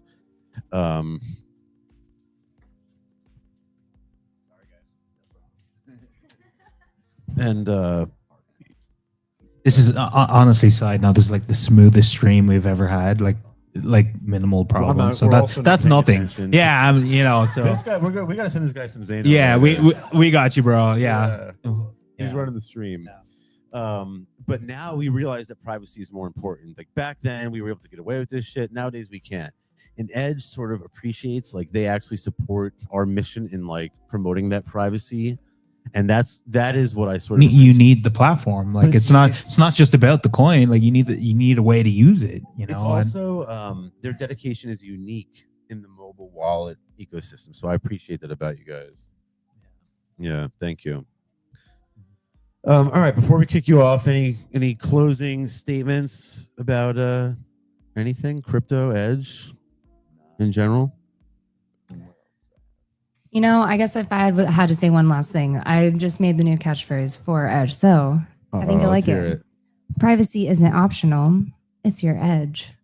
Oh, I thought you'd like it. Thank you. You're here to hear first. Thank you. So yeah, no, thank you so much for having us. Honestly, it's been awesome getting to chat with you guys and connect. And first time I met Sal in person was yesterday, so it's really awesome. Yeah. So thanks for hanging out. Yeah, it's likewise pleasure. You know, I was introduced to agorism through you, so I'm nice, absolutely. Yeah, it's a whole cultural difference, and I feel like it's empowering to be here. It's like I'm cool to be a +1 in this community. Yeah, like you're actually like here at PorcFest, you live anarchy. You don't just talk about it, you live freedom together. Like out there, you talk about freedom. You get here, you get to sample it, fucking taste it. Bingo, bro. Yeah, so that's thank why you I love for PorcFest. If you have the chance to come to PorcFest, come here. Agreed. 1000%. All right, so next up, I want to bring on the homeboy from Pirate Chain, which y'all also support. Let him finish his hit. Is that your dog? That's your dog is the mascot? Okay, all right, okay. It's just a dog. Yeah. Someone's dog. Dogs just wandered on. All right, it's thank fine. you guys. Thank you guys. One of these. All right. All right, listen, I broke the seal, so I have to pee again. All right. Give my man here, Adam. He doesn't know a fucking thing about crypto. He only knows what I told him. Yeah. Give him like the basic on Pirate Chain, because there's people watching who probably never heard of Pirate Chain, and like just break down the minimum for them. BRB. Awesome. I just want to point out I was sober at 8:30 when I was scheduled. Hey, we were all sober at some point tonight. We're past that now. So. Awesome. Well, I'm stoked to be on here. I've been following Sal for years, Yeah. so this is great. Yeah, I mean, we met randomly like a year ago, and really? It's only a little over a year. Nice. He's very knowledgeable. You know? He is. He's a man. He's Cool been dude. around this scene forever. Yeah. He's influenced a lot of people, so we freaking love Sal. But yeah, let's talk about you. Okay, let our audience know I'm, who you are and what are you about. Yeah, I'm Daniel. I'm from Pirate Chain. I don't really put my last name out there on the internet. I mean, if you Smart, work hard smart. enough, you can probably dig it up. But I'm Daniel from Pirate Chain. My role is first mate, which I'm just the guy that they send out to events like this to talk about stuff. There's some really smart developers and a lot of people that work really hard behind the scenes, and I'm the guy who comes out here and takes all the credit for it. So it's I got the best job ever at Pirate Chain. I mean, it's a volunteer role. None of us are paid. We're all volunteers at Pirate Chain, or at least on our team, you know. So in Pirate Chain, we are a privacy coin. We're similar to Monero or something like that, but there are a few very distinct differences. You know, Monero and most privacy coins, they use obfuscation, or at least for the time being. Monero's moving to some new stuff, but they use obfuscation to gain privacy. They take your real transaction and they mix it up with decoy transactions on the blockchain, and it does give you a very high level of privacy that way. But unfortunately, it still leaves some data on the blockchain. With Pirate Chain, we use something called zero knowledge proofs, which is a way to prove something is true without revealing any information about it. So we don't have to have any information broadcast on the blockchain, no sender, receiver, or amounts, or anything really. So it is a very, there's costs and benefits to everything with Monero and Pirate Chain. You know, we don't reveal anything on the blockchain, but we use what's called a zero knowledge proof that's called ZK snarks. It is rather heavy, you know, compared to, it takes a lot of computing power compared to like Monero or something else. So I'm a big fan of Monero. I come from the Monero community. But example I like to use to help people understand zero knowledge proofs. We like have an example. We use the Where's Waldo books. If you ever use Where's Waldo book. Oh, yeah. Yeah. So imagine I have a Where's Waldo book and I take a piece of paper and cut a small hole in it. And I put the hole right over Waldo's head and then show it to you. I can prove that I know where Waldo is without revealing to you where Waldo actually is. So I'm able to, in the case of blockchains, I'm able to prove to you that the funds I'm sending you are real funds. It's not like fake inflated coins or something like that, and that it's a valid transaction on the blockchain without revealing my amounts, the other wallets I've interacted with, or my address or anything like that. So I think it's a very elegant solution for privacy. And I'm happy to see like other blockchains, Monero is moving to a type of zero knowledge, a different type of zero knowledge proof, but they're moving to something similar with their full chain membership proofs upgrade. So I'm pretty excited about it. So yeah, and we another distinct difference we have from Monero and most coins in general is we have something that's called delayed proof of work, DPoW. So are you familiar with 51% attacks? I've heard a little about it today, Okay. but just explain to me and for our viewers as well. A 51% attack is where adversary or someone with ill intent, they are able to control 51% of the mining power, so 51% of the network. If you have that much control over it, you can basically do what you want. Right. You can print coins, you can destroy coins, like you have control over the network at that point. It would be like, if you bought more shares than everyone of a company, you've more control of that company. That is a Yeah. very good example. Yeah. So, and this is very dangerous to blockchains, especially in the early days when they're first starting out and their hash power isn't very high. Less people mining it, the lower the hash power, the easier it is to do a 51% a little more attack. vulnerable. Yeah. Yeah. So we use what's called delayed proof of work. And this means that our blockchain is broadcast not only to our own blockchain, but is broadcast to another chain called the Komodo blockchain, and then to Litecoin's blockchain also. So theoretically, to do a 51% attack on Pirate Chain, you would need 51% of Pirate Chain's hash power, 51% of Komodo's hash power, and 51% of Litecoin's hash power, which Litecoin obviously is one of the biggest coins and has like a ton of hash power, so it makes it very difficult. Right. So I'd say those are the two distinct technological differences between Pirate Chain and most other privacy coins. And that kind of attack just doesn't make sense financially. I mean, Yes. if you're like someone who, let's, just for example, like if it's two companies competing, if it costs you more money, like if it basically bankrupts you to destroy the other company, like what would be the point? Like you're just hurting yourself. So it is a really cool technology. Yeah. And it actually is something that other chains can implement. It's not something that's like, there's a project called Komodo, and they're the ones who built it. We're a completely independent chain. We don't need Komodo or Litecoin to operate. We could just stop using it, but then we wouldn't have the 51% attack protection that we do. So it's something other blockchains could implement if they want to look at. So it's called delayed proof of work. If anybody's interested in there, go and Google it. It is very interesting. Does give you some more protection over 51% attacks. Pirate Chain's been around for a while. Yeah, 2018. 2018. Yeah. Okay. I remember the North American Bitcoin conference in Miami, conversing with the Pirate Chain team back in the day. It seems like has the project lost steam over the years? I wouldn't say it's lost steam. I mean, obviously, has the privacy ecosystem gotten more? Yes, the entire privacy ecosystem like really lost a ton of liquidity from when we got delisted from all tons of exchanges, not just Pirate Chain, but Monero, and a lot of that liquidity just comes from like day traders on different exchanges. As much as we don't, I mean, I wouldn't say don't like. I'm not a speculator. I don't have any interest in speculating, and a lot of people have a bad taste in their mouth for speculators and day traders. But honestly, they bring a lot of liquidity to something, which makes it easier to get in and out of it. And for so the traders serve one function from an Agorist perspective. Yeah. And that is, when the price gets too high, they sell it and the price comes down. When the price gets too low, they buy it and the price comes up. And that sort of helps remove some of the volatility from the market, which makes it easier for us Agorists to use it as a means of exchange. Yeah, Walter Block has his books Defending the Undefendable. Oh yeah, classics. He has a section on speculators in there. So the people out there hate day traders and stuff. That's where I learned it. Yeah, the chapter from Walter Block in Defending the Undefendable. It's a great read. So my man. Yeah, I've been around this Walter for a while. Block. Man. Fuck yes. Okay. All right, let's go. All right. So where's Pirate Chain at today?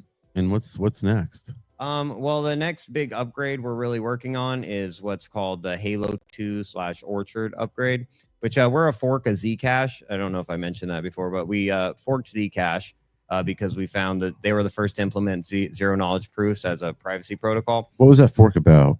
Well, I mean, it wasn't a contentious fork or anything like that. It's just that Zcash launched and they didn't shield their entire chain. They made the privacy optional. So you have the choice to make transparent transactions or private transactions on Zcash. And we found that for a lot of reasons that the privacy is compromised, even of the people in the shielded that are using private transactions, their privacy can be compromised by not shielding the entire chain.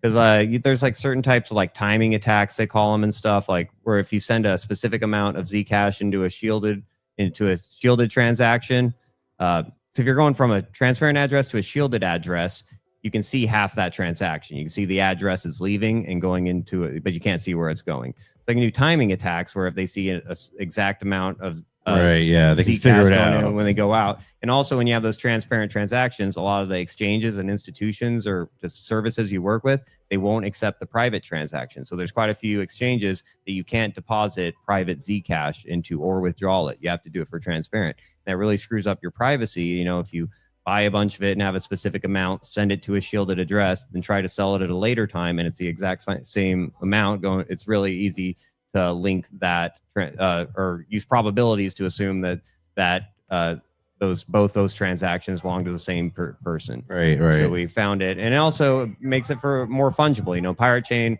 one pirate, and this is like the same story for Xano or Monero or any fully shielded blockchain.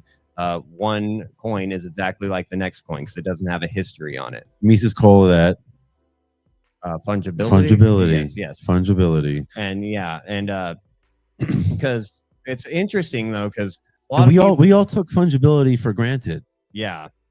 You know, this is the story that I try to tell everyone is that and I think a broken record at this point. This poor guy's heard me say this a million times. We thought that pseudonymity was sufficient. I did too. Yes. Same. And we learned very quickly with the war on crypto that it is not. And that's why we should have listened to Mises and Rothbard and taken them more seriously in Menger because they told us that fungibility was not optional. And it turns out that they were right. Exactly. And it's an interesting little anecdote that if you pay attention to when governments seize Bitcoin or other cryptocurrencies, they auction them off often. And if you notice, those auctions always sell at a premium over the spot price at the time. And the reason they sell at a premium is because they have the government stamp of approval on them. Like you bought them from the government, so the government can't seize them from you or something in the future. Isn't that crazy?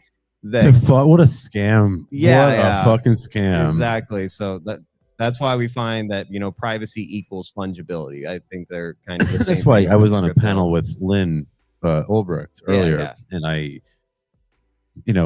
they're talking about the Bitcoin Sovereign Reserve Fund. I'm like, it's not a sovereign reserve fund. It's the money that they stole from this poor woman's son. Yeah. I'm like, how could you say? Like, imagine. I know. That's what I mean. Imagine if they said to Ross, "You're right. We're sorry. We were wrong. You're right. We never should have put you in jail.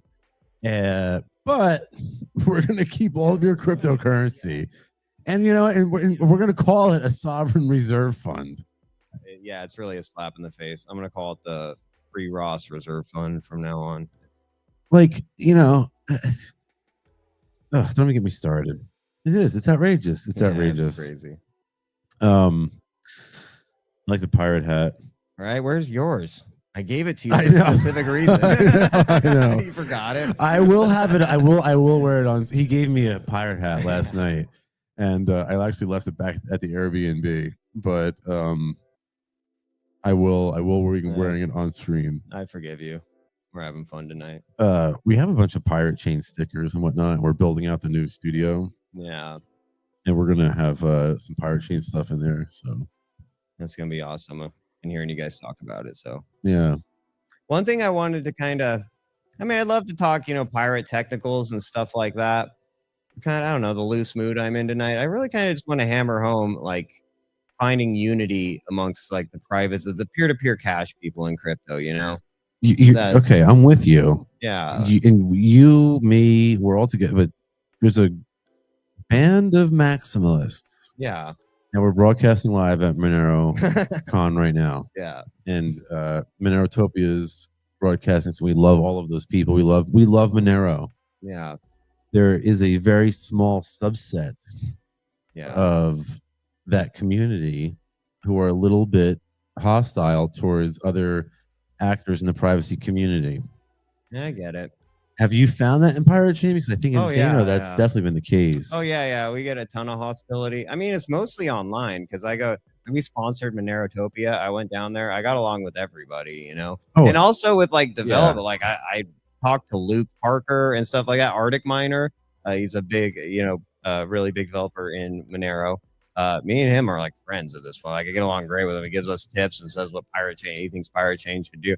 So it seems like the important, and like the Xano guys, like I consider the Xano guys, but they're my boys at this point, Right, yeah. We had several events together. We get along great. We're all just fighting for privacy and freedom.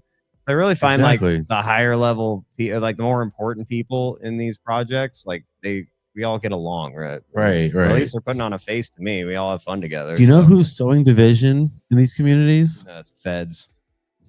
Yeah. I mean, We I just, don't have any and like, proof. he's just like, as the feds. He's like, as the feds. Like, Yeah. obviously. We need to add like a fist bump counter because like he just keeps nailing it here, you know. Yeah, dude.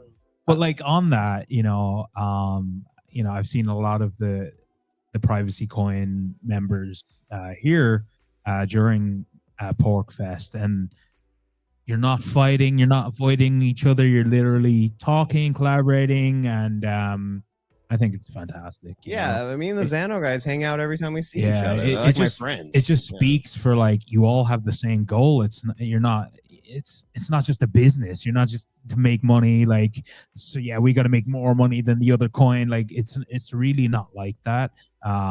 You're all working for the same cause. Yeah, and I just want options. I mean, because there is a chance that, there's already been a bunch of privacy projects that had like huge bugs in them, privacy bugs or inflation bugs or something like that. So there is a chance that there'll be a problem with, one of these projects. We don't want to rely on one.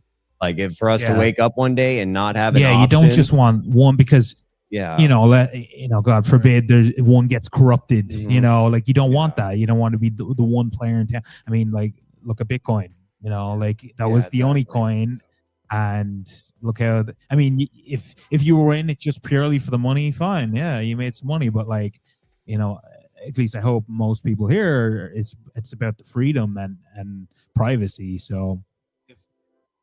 If they can hijack Bitcoin, they can hijack your favorite privacy coin. Exactly. We have to stay vigilant, man. We're seeing, the privacy sector is seeing more success on a grassroots level. So we need to be on our guard, make sure the target is peer-to-peer decentralized business, decentralized cash, essentially. I know other projects like Xano are adding on to that. We got to keep that core ideology strong. We can't let them corrupt it. Absolutely. And we really got to. Yeah. And I mean, it's kind of, even though there's the setbacks or like they're trying to shut it down or it's still a good sign. It means it's working. We're on the way for these coins, and privacy is actually a way to escape their monopoly. And the fact that they're really trying to ramp down on it means it's working. They inflate. We come up with an alternative like gold or silver, and they come at us. We come up with an alternative like Bitcoin. They come at, and then they come after that, and then we come up with an alternative like privacy coins, Xano, Pirate Chain, Monero, right? So we're always one step ahead of them. All right, man. Final thoughts. Pirate Chain. Where can people go to learn more? I want to say one more thing. Yes, tell me there's anything always you want to tell me. in crypto since the beginning of Bitcoin, there's always been this question about scalability. Like, what if I told you guys I can double Monero's scalability overnight? I can triple it right now. We use Monero, we use Pirate Chain, and we use Xano. Yes, right. Now we got 3 times And the Furo. scalability. And And Furo, Furo. before we just quadrupled it, Yes. guys. Come on. The scalability will come. We got options here. No, but you're not wrong in the sense that you don't want to put all your eggs in one basket. Yeah, exactly. I would never tell anybody. You can go listen to any podcast or public speaking I've ever done. You'll never once hear me say invest in Pirate Chain or even invest in Monero when I was promoting that. I say use it. If I don't not know what the price is going to do, please do not mortgage your house and Right. freaking buy. I don't make that decision based on what I said. But you can go buy $100 worth of Pirate Chain or Monero or Xano. You can go buy some stuff. You can go pay for your VPN. You can come here to PorcFest and spend it. So everybody can go and buy $20 worth and use it to gain privacy in your daily transactions. You don't have to go mortgage your house and just speculate on the price. Use this stuff. These are incredibly private tools. There's never been a better payment network that's ever existed in the history of mankind. With privacy coins, you can send millions of dollars to the other side of the world in a fraction of a second for a fraction of a penny. Nobody can see it and nobody can stop it. That is so revolutionary. Yeah, and like- we forgot that. Like even if you're not about privacy per se, your phone. Oh, we got another guest. Hey, what's up, man? Hello. Seal the show here.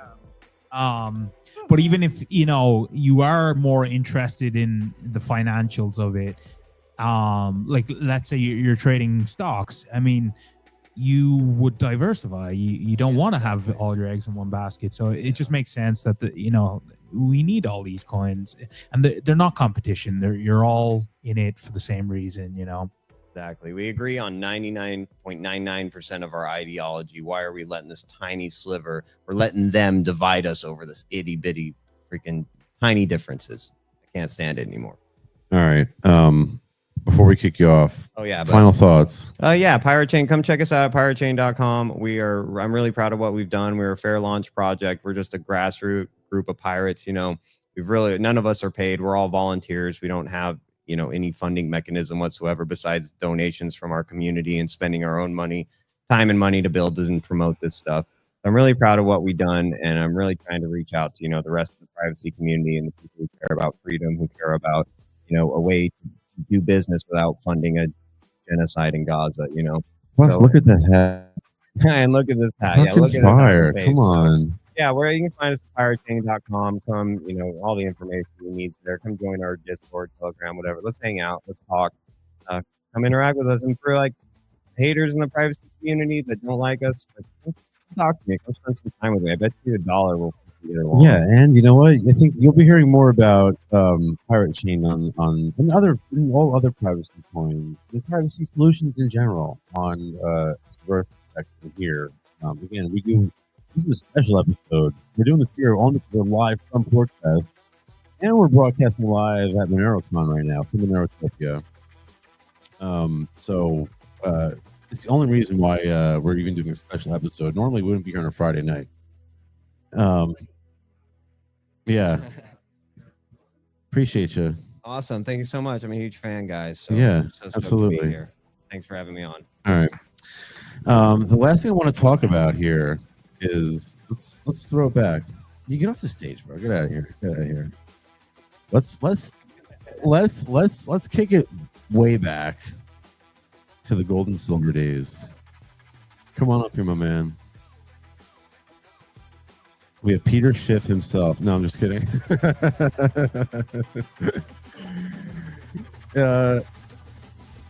Introduce yourself to the audience. Yes, we're going really old school now, way back.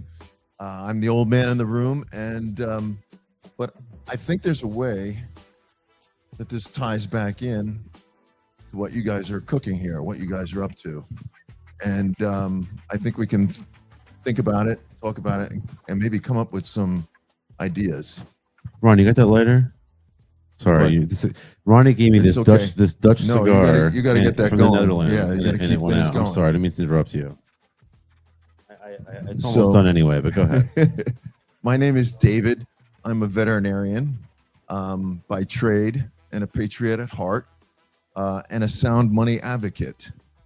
I am been working in Florida, and my passion is working with a group called Citizens for Sound Money.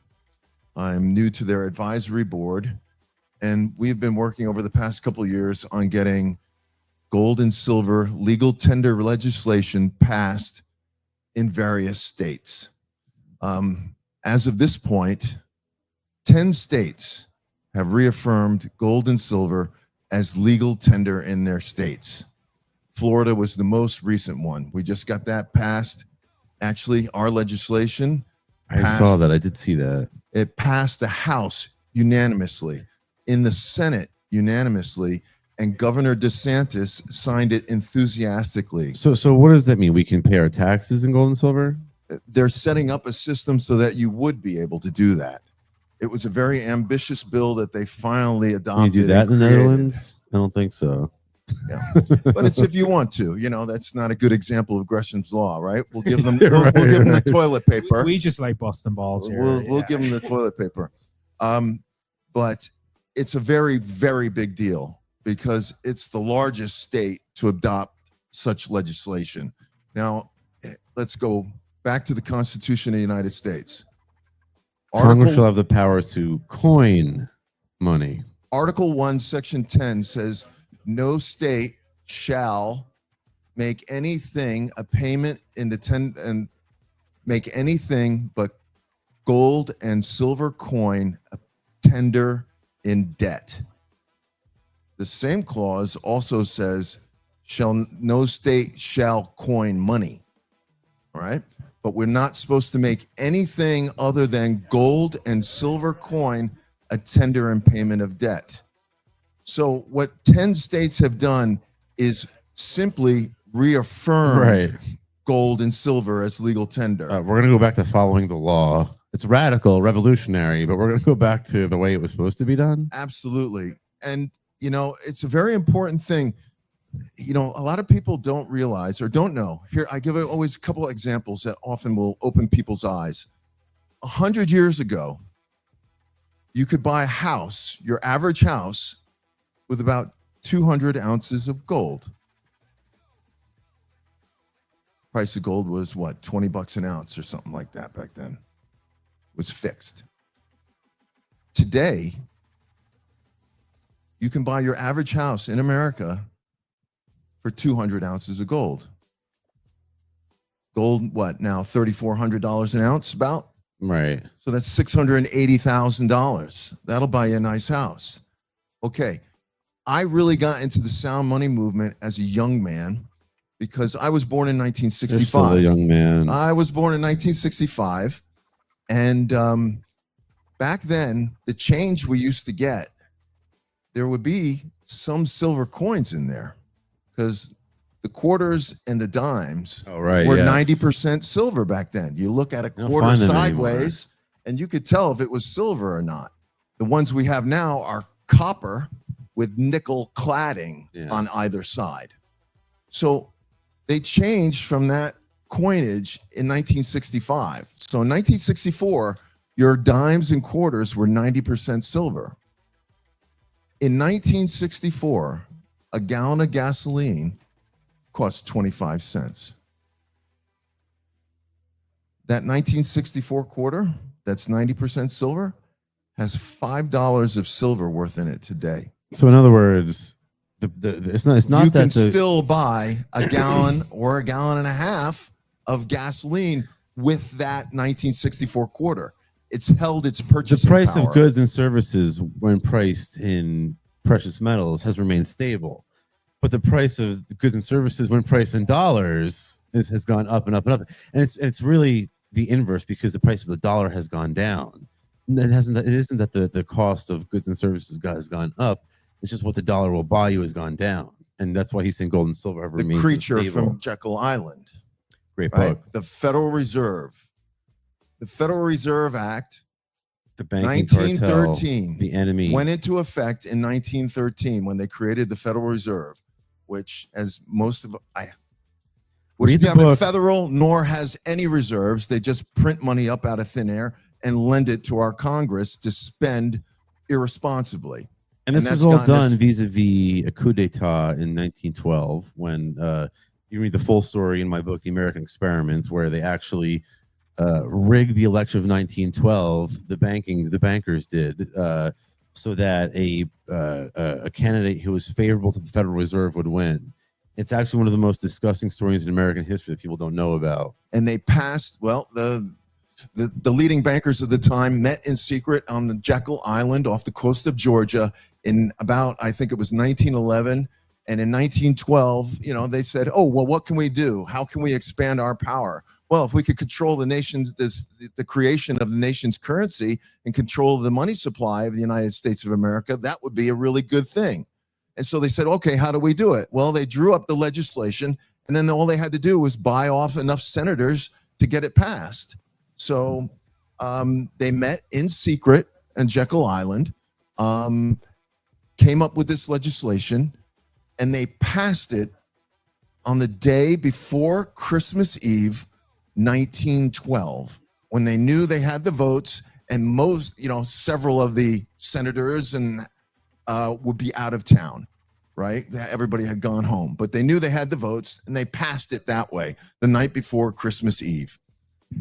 Within 7 years of the implementation of the Federal Reserve Act, World War I, and the U.S. dollar lost 50% of its purchasing power in 7 years. 50% of your money was And we gone. had the Spanish flu, so we had war, pestilence, and poverty all within like 7 years Well, of the Federal Reserve being created. as you brought up multiple times, your highest disgust with the US dollar is that it funds perpetual death and destruction, perpetual war. And it absolutely is true. It's disgusting.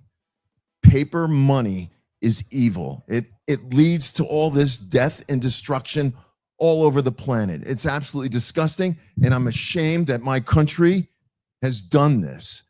And what we can do to kill that dragon, anything we can do, we're working towards that. We want to slay that dragon. And cryptocurrencies is part of that battle.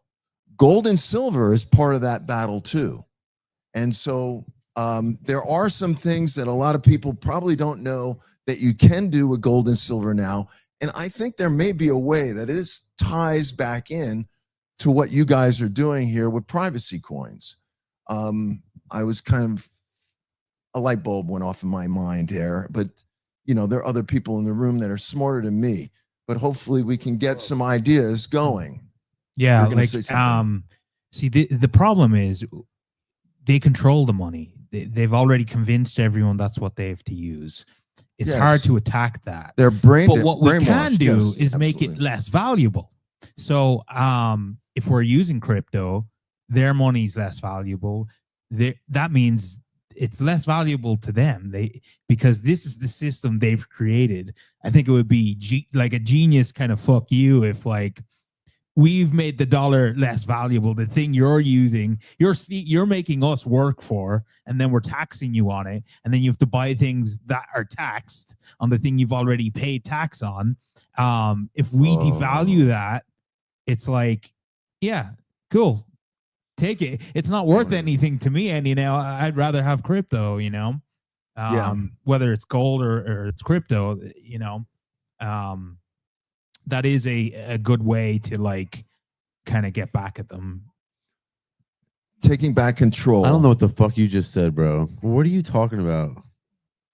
We're trying to devalue the dollar, the money. How? By using crypto. If no one's using the dollar, it's not going to be worth as much. So the government. Choice. No, like what I'm I think he's talking about by competition. What I'm saying is they're taxing our US dollars. If they don't have dollars to tax us on, their dollar's worth nothing, which means even without like getting rid of the dollar's just not worth much. They don't have their currency anymore, you know. Nothing pisses me off more. You're next. You're next. Okay. So we have constitutional money, gold and silver. It's written in the Constitution, and they create this bastard child, fiat currency. And then they declare, okay, it has value. This is $1. I'll never believe it. The true value, a true dollar was defined in the Coinage Act of 1792 as 371.25 grains of pure silver. That's 24 grams of pure silver, which is 0.77 troy ounces.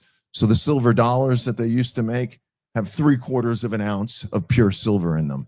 That's the definition of $1 as far as I'm concerned. Okay, I agree with you. Here's the thing.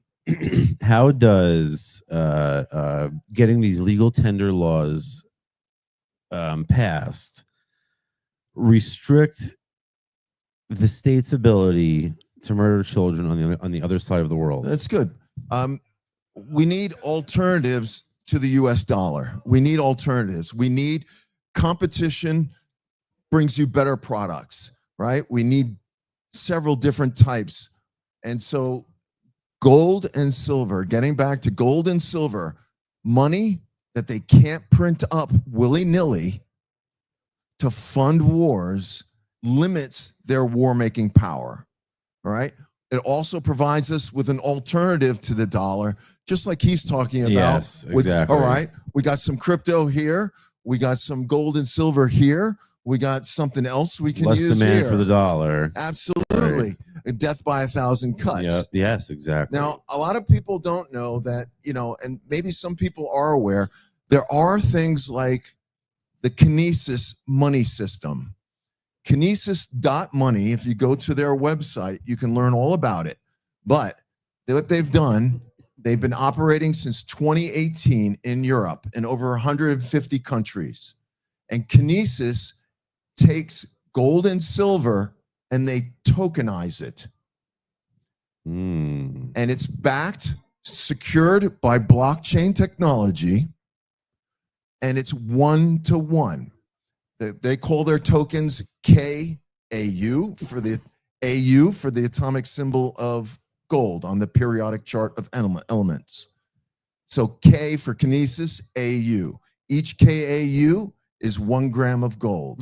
Okay. Each KAG is 1 troy ounce of silver. Ooh, I like that. So it's tokenized. It's secured with blockchain.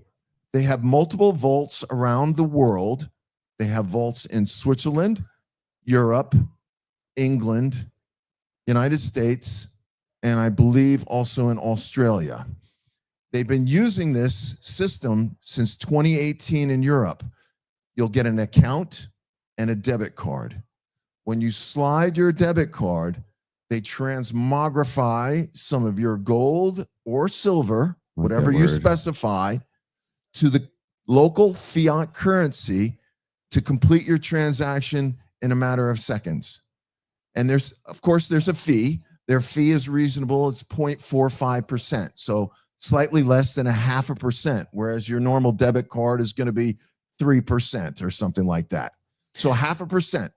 But you swipe your card. That way you have an account that's not a bank account outside of the banking system, outside of the US dollar system. So my buddy Aaron Day, who was with us before, he was talking about, he has this idea for a gold-backed privacy coin. Now you're talking. That's what I'm thinking called about. Karma.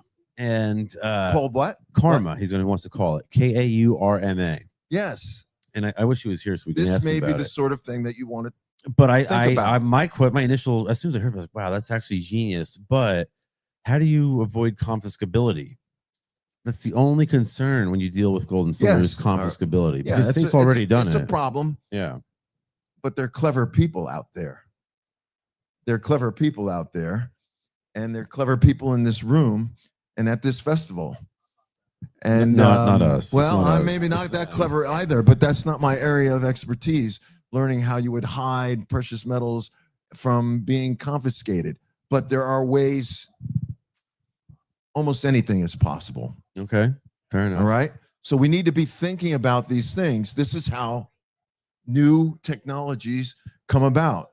People have dialogues. We come up with ideas. We sit around the campfire. Hell yeah, I right? agree. I agree. And I think old school gold and silver comes to me new school cryptocurrencies, and I'm very interested in what I'm hearing about privacy coins, because my ultimate fear absolutely is a CBDC. Yeah, that will be the end of freedom as we know it. Well, and that's why I love gold and silver, because they really protect our liberty. Right. Well, we were talking about before with Aaron Day about how they have this Genius Act and the Stable Act, and how these are backdoors to CBDCs. Yes. And how what we've done in Zano is we have created the Freedom Dollar, which is the ticker symbol is FUSD.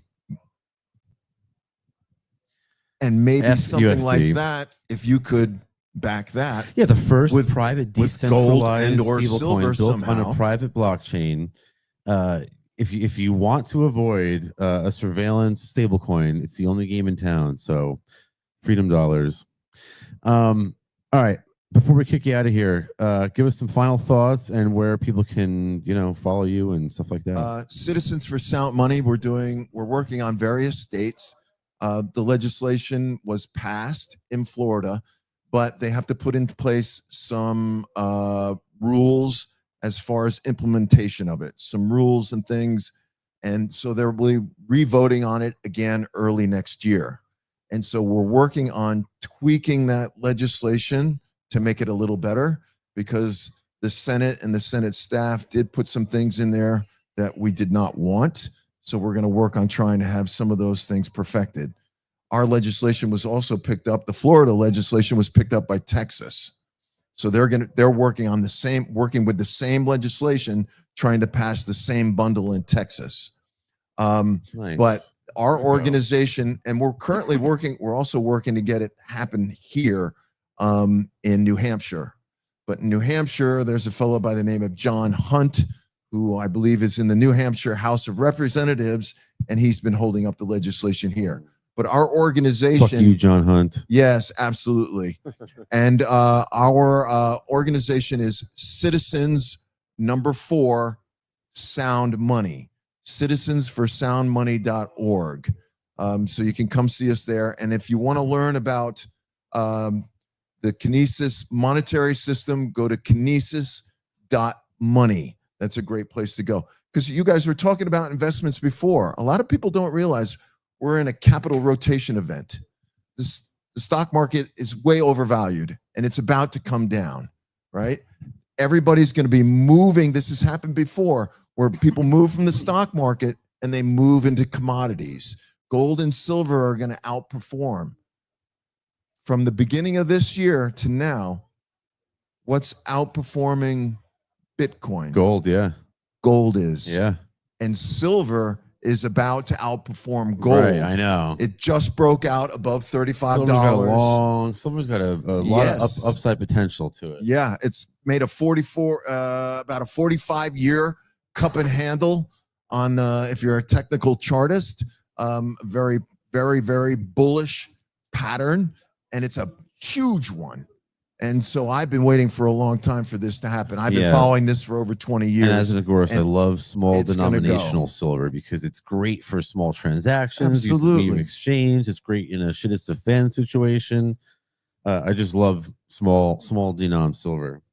Yeah, I mean, I don't know a huge amount about it, but like it just makes sense. A lot of people would probably trust a physical thing rather than like crypto. Absolutely. Like people, not everyone understands crypto or how it works. Intrinsic value. You know? The value is there in your hand. Right. You have it. It's not like, I mean, if you the government can't reach in and just take it from your bank account, like taxes or whatever. If you owe the government something, they can't just take it out. At least you have it physically. You can feel a bit more secure with it. So I guess that's where the appeal of using a physical item. Absolutely. And it doesn't all, and it has to move.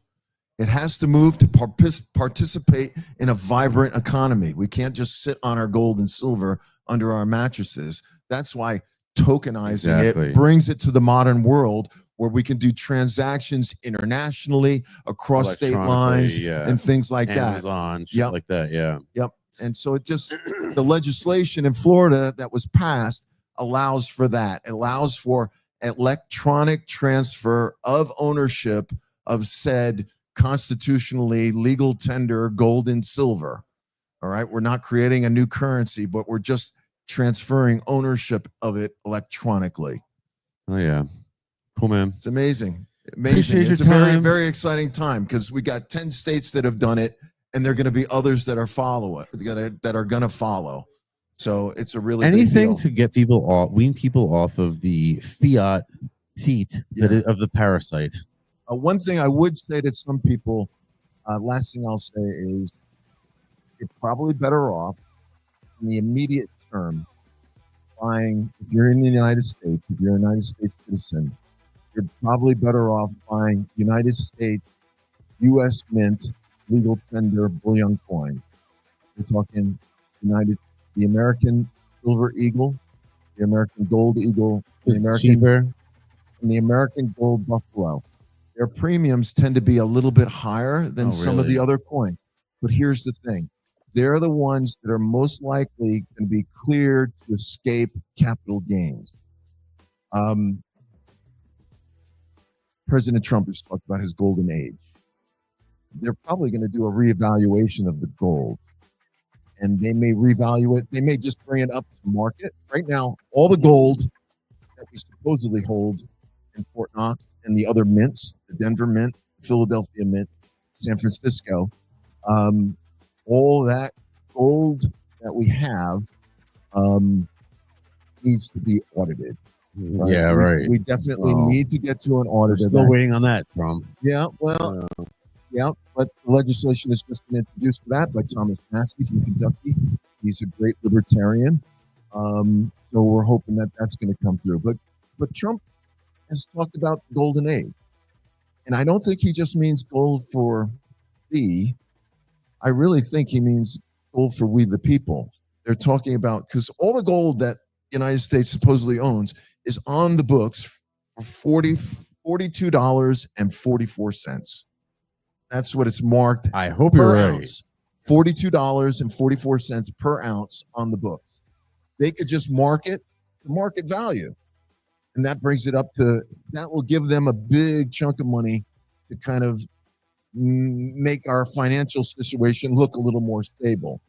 They may bump it up to 10,000 and back the M1 money supply.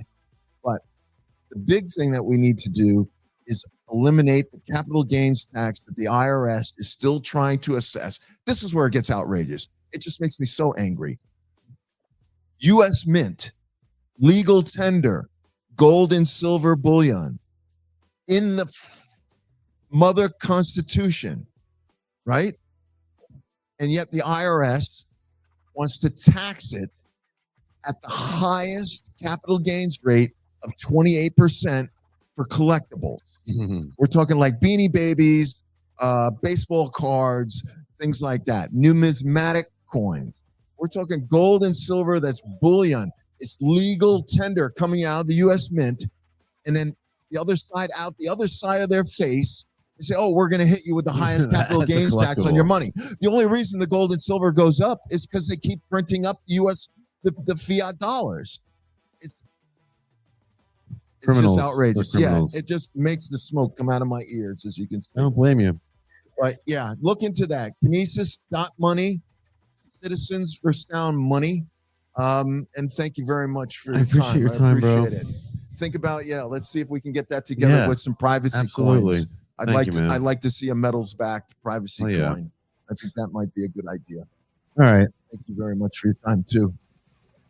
Take care, man. Should we try to get Doug another beer? Should we call it quits? I don't see Doug. I think he left us. he may be. I think he's drinking, gone. I wanted to yeah. get Doug in here to talk a little bit about Monero. He was just here and now he's MIA. Sorry. Everyone's it's drink o'clock, I think. Okay, Doug's Yeah. gone. We should go celebrate my birthday, I It's think. his fucking 63 years old. 63, going on 63. 73. Yeah. R.I.P. Guys, thanks for he's here. Uh-oh. All right. We got a few more minutes in us, guys. Do we have him here? Somebody has to go on a beer run. Is it me or Yeah. you? No, we can wait. A few minutes and then we'll go. Are we not going? No, No, we're you right. can keep that shit away. Uh-oh. The 5 years one off it. 5 and years. only. Uh-oh. The one and only, everybody. Me too. Driving. Yeah. No. No, you got to scream. You got to scream. Oh, that one works? We had another mic this whole time. Hello. Yeah.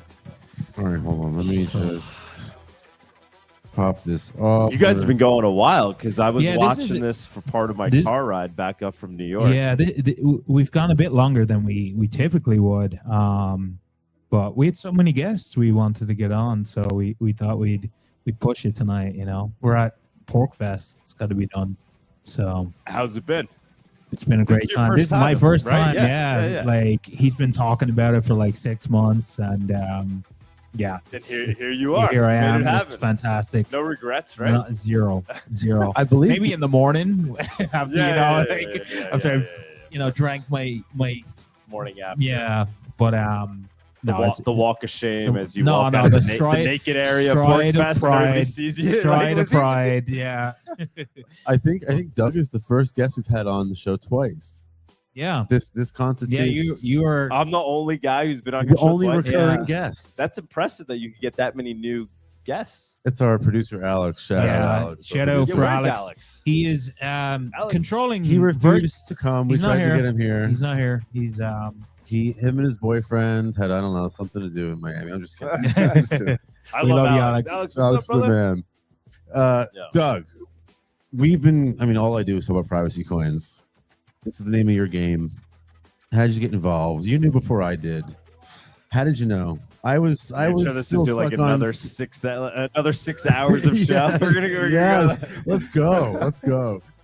I thought. Well, why am I How a did- so Monero? I thought pseudonymity was sufficient for a long time, and it wasn't until recently that I realized that anonymity was not optional.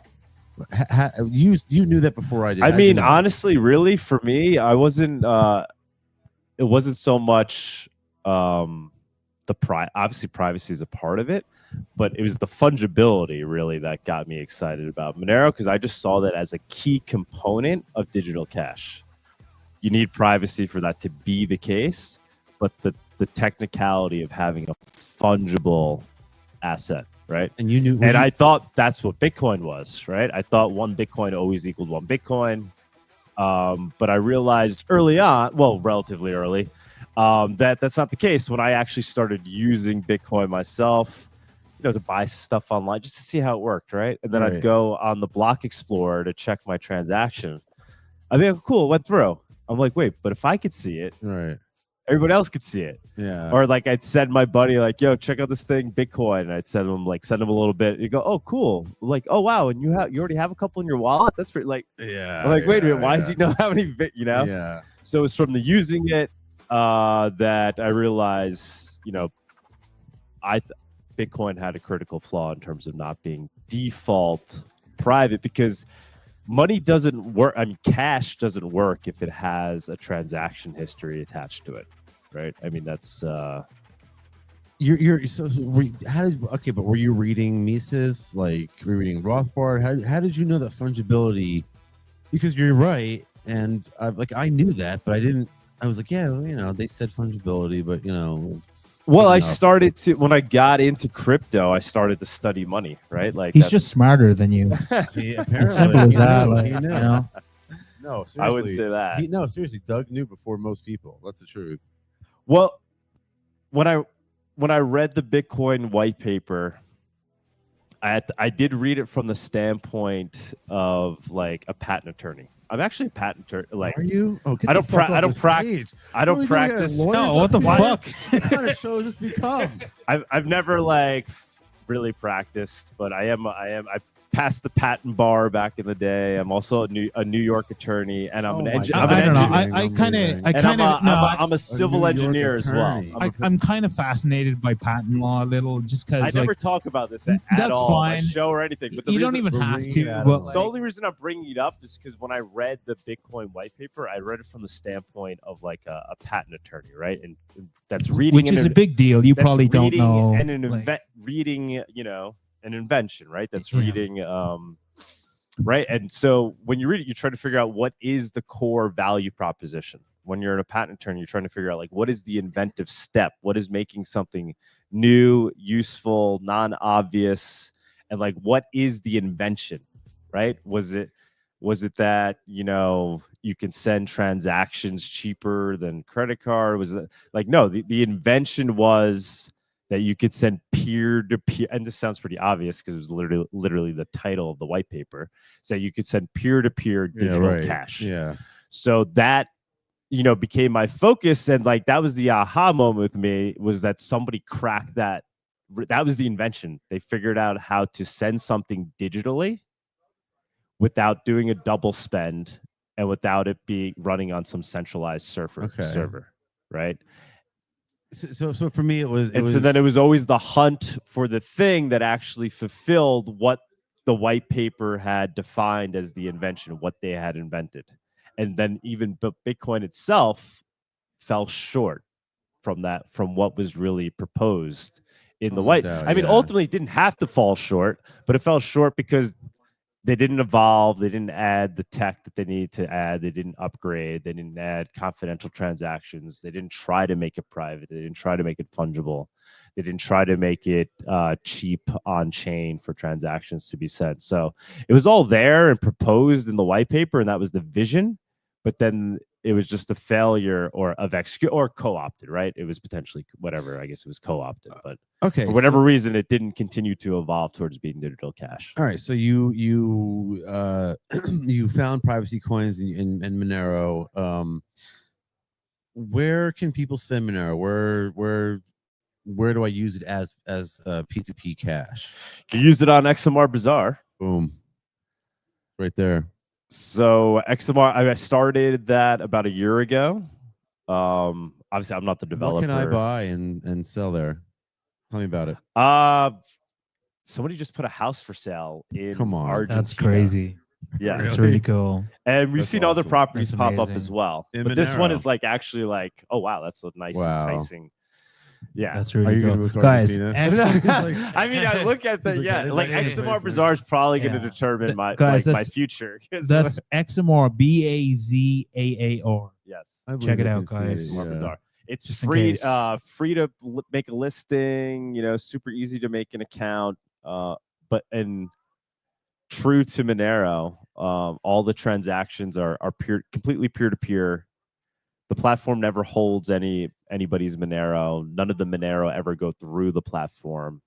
So it's not decentralized. You know, it's running on a server, but it doesn't gather any information about. It's really just like a listing service. No it's like KYC. it's like Craigslist, Yeah. right? You're, It's like you're not putting any Craigslist. info. It's just a post. Yeah, it's just like- listings, but then yeah. we have the Monero payments built into it, but you're just using your own wallets as you use it, and then we also have Fuck multi-sig built yes. into it, Hell yes. and it's gaining people are using it. We have 3,000 because I'm preparing because I'm going to do a presentation on it tomorrow. So as I was driving up back from New York, I was talking to the guy who develops it, Anarchio. Shout out to Anarchio, by the way. Amazing. He's done amazing work for XMR Bazaar. He also designed Kuno.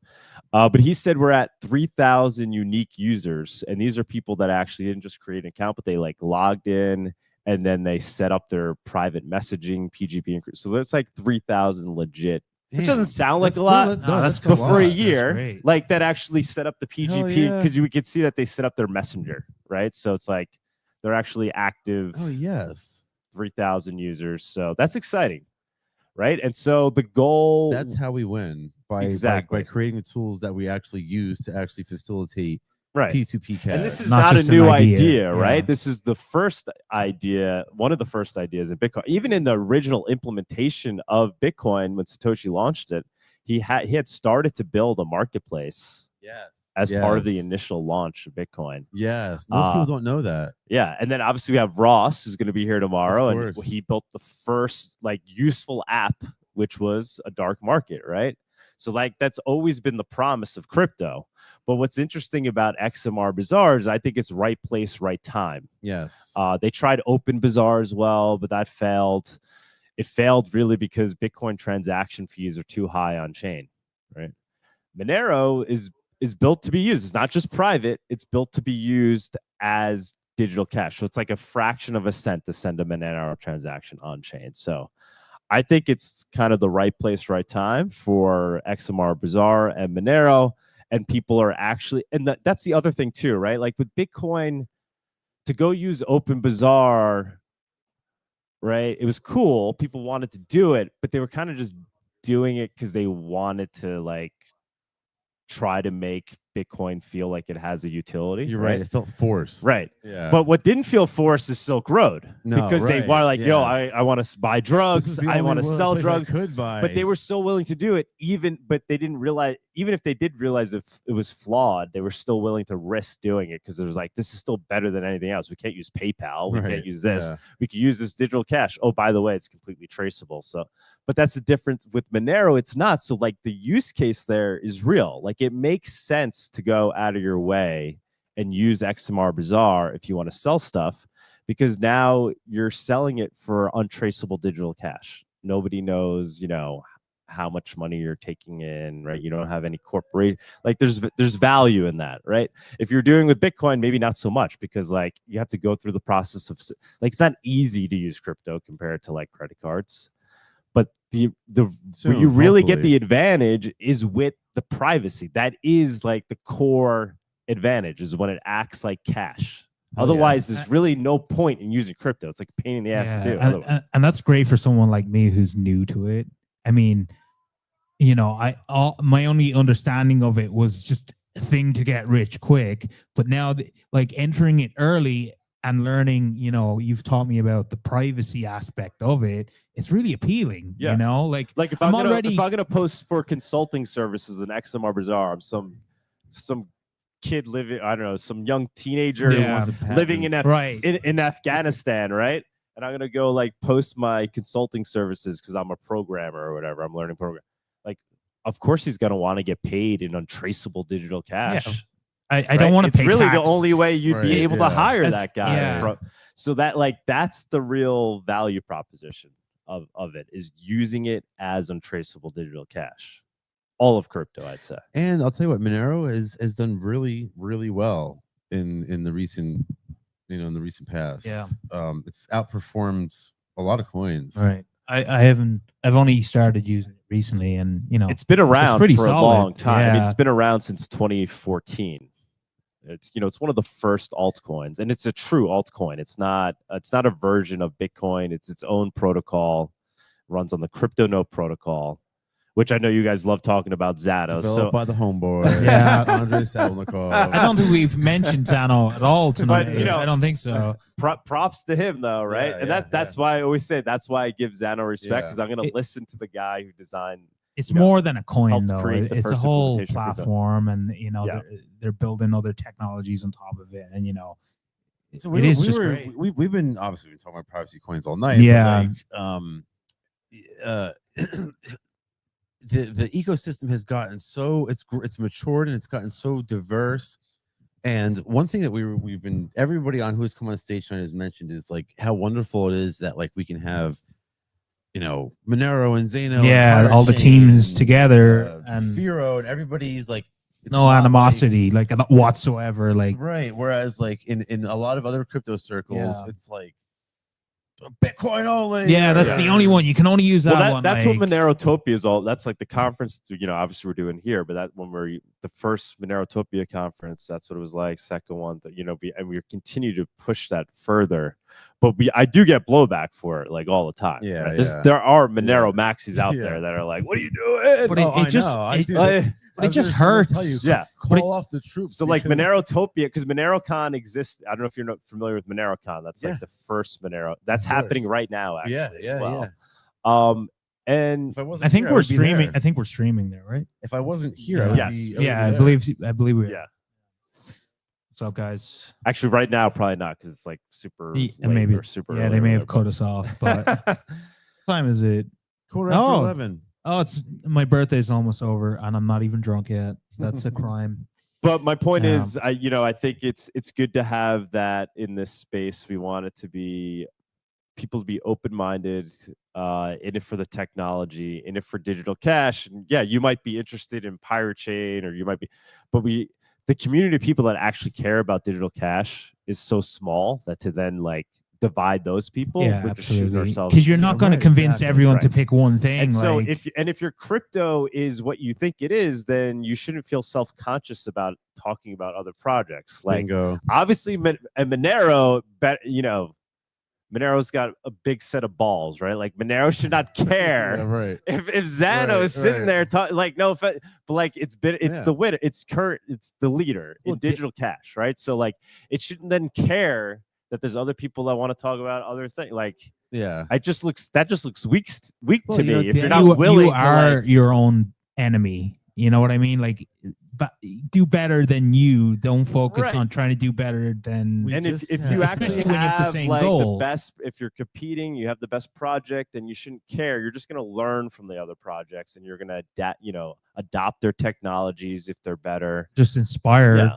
the other But to guy cut to them do better. out, Like, yeah, there's without really no competition, benefit. you have no drive. Right. Competition's good. You know, Yeah. that's why we want Right. a free market. Like, it motivates you to do better, you know. Right.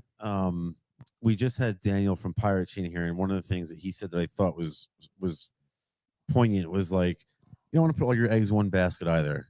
Like, it's nice to have a multiplex of options. Because if one goes down, what do you do then? You know, or whatever. Maybe I mean that's the smart. Obviously, that's it's always good to hedge, but I mean, I'll be my obviously I'm a Monero maxi to a degree.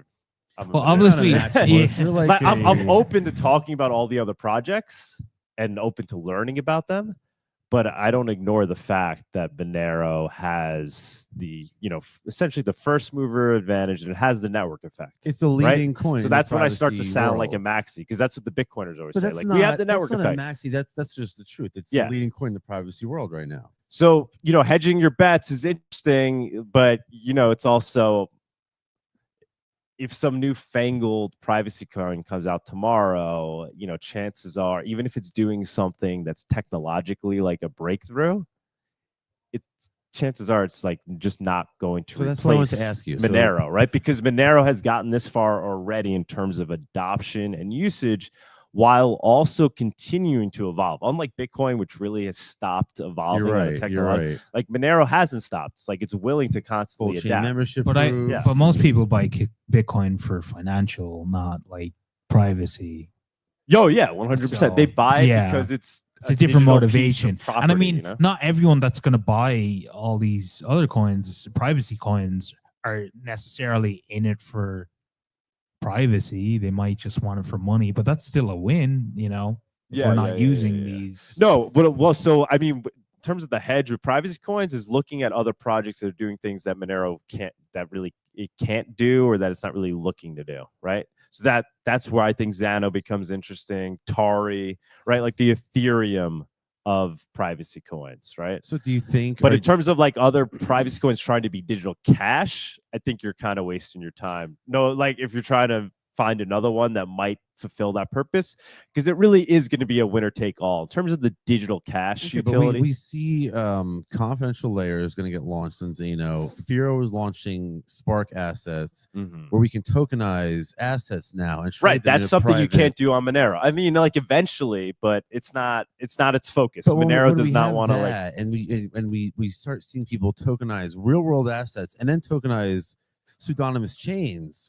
Do you think that's going to drive enough demand into not only Xano and Firo, but I think there's going to be more chains that offer these tokenization, this private tokenization. Is that going to draw market share away from Monero? I think it's just going to create a new ecosystem. I don't think it's going to like steal Monero's lunch, right? It's just like when Ethereum came, it didn't really steal from Bitcoin, right? It's just fulfilling a different use case. Right. So I think they'll, and those use cases are like the smart contracts and all that stuff, and that still has yet to be won by a privacy project. I think that's something where it's like the race is still on. In terms of digital cash, I feel like Monero is pretty much cemented as going to be the tool that people use for actual cash-like transactions. I don't know if you're taking questions over here. What's up, brother? Yeah.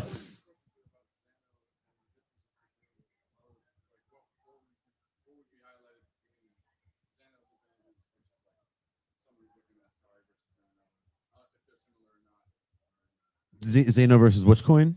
Tari. I'm not that familiar with Tari.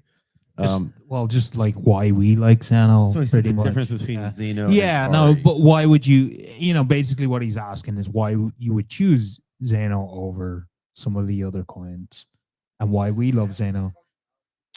They're like very different. Like they're built differently. Like Tari uses like Mimblewimble and all. It's like different technologies. But they are, in a way, like big picture zooming out, they're both trying to do similar things, and that they're both trying to kind of be the Ethereum of privacy coins. It's like a really, probably a lot of, if somebody's like hardcore into either of those projects, they're probably cringing as I'm saying that, but like big picture, that's really what they're trying to do, right? They want to be like the Ethereum. And then you also have other ones like DarkFi that's coming out. That's also like aiming for that same space. But yeah, you could, check out. I'm sure you've seen the show. We had Tari on a couple of weeks ago, so that's a good show to watch for people that want to like understand Tari. Oh, I'll have to watch that. We had one. Fluffy Pony on and Naveen. Would love to get them to participate in Monerotopia Mexico, for Tari to come down, and then for Zano to be there as well, and like have them on stage, right? Like let's go on a panel, right? But Then you're asking that question to the devs of Tari and Zano, right? And I can't that's awesome. Speak for the other team, but the Zano team are just awesome people, you know. Except for Quentin. Except for fuck that guy, you know. No, I'm just kidding. He's not my here, is he? favorite. He's not here, is he? I love Okay, them cool. all. Yeah, fuck him. No, but it's just a cool company, and they just have like a really good vision, you know. The thing about Tari is obviously a little bit more easy to like by the Monero community. Like the transitions easier. Fluffy Pony was the lead dev of Monero for many years, and then he started Tari. So there's like a lot of people in Monero that like respect Fluffy, right? So there's that, and then also the fact that Tari is actually merged mined with Monero. That's a huge one. And that's been quite effective too, and like. So you understand the concept of like merge mining. So basically, when anybody who's mining Monero could also, without any additional cost, mine Tari at the same time. So Monero community likes that, because that's just going to make mining Monero more attractive, because now you'll get more rewards when you're trying to merge mine as well. So that's another reason why it's a little bit more All right, acceptable in the Monero community. Let's wrap things up here. We've been going for a while. Yeah, you guys have been going forever. This is our longest fresh stream, off an longest 8-hour drive. to date, So yeah. I was down We're almost at 20,000 viewers. Yeah. Make the case for Monero, and then any final points you have. Wrap it up for Where me. to follow you, all that good. I mean, stuff. I think I made the case for think you Monero have. already, right? You have.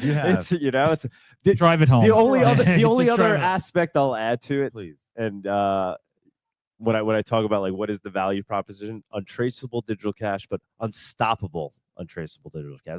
That's another key component, right? Like, is how we don't say that enough, actually. How unstoppable is Tari? How unstoppable is Zano? How unstoppable is Firo? And what goes into that? It's like, what is the hash power of your network? How decentralized is it? How decentralized are the devs? What attack vectors are there? And Monero has like really interesting technologies outside of its privacy that makes it arguably like the most unstoppable. So it's resistant to being mined by ASICs. So it's only CPU mined. So that creates like a more egalitarian mining network, where you don't just have these large monopolies that rise up, where it's just like literally one company that's doing all the mining for Bitcoin. It has dynamic blocks, so there's never going to be a block size war, right? Which is an potential attack. It has tail emission, which we don't need to get into. Yeah, I mean, that's a whole discussion on itself, but that arguably makes it more unstoppable, because its security is known, right? We know that there's always going to be an incentive to mine Monero. And so that's just another thing to consider when you look at these projects. Don't just look at like the tech, and there's some newfangled thing that came out like, oh, we're more private than Monero, or we're more private than Zika. You got to look at the holistic picture and figure out, is this thing unstoppable, untraceable digital cash? So to have all those features, and that, is it already being used? Is it being adopted? And you got to take all that stuff into account. And that's why I'm Monero first, because I think it kind of checks all those boxes. Fucking great, Doug Tuman, guys. Yeah, thank you, man. Where do we follow you, and where can I listen to your podcast? I do the Monerotopia live show every Saturday. So you could find me there. I'm at Douglas Tuman on X. The Monerotopia conference is happening next February, so you go to monerotopia.com. Am I going? Yeah, come on. I'm inviting myself. Yeah, of course. Okay. Yeah, I just I already invited invited myself. you. I'm No, coming. yeah, you've been invited already, of course. Let's go. XMR Bazaar. I'll shill that. And yeah, that's it. At Douglas Tuman on X.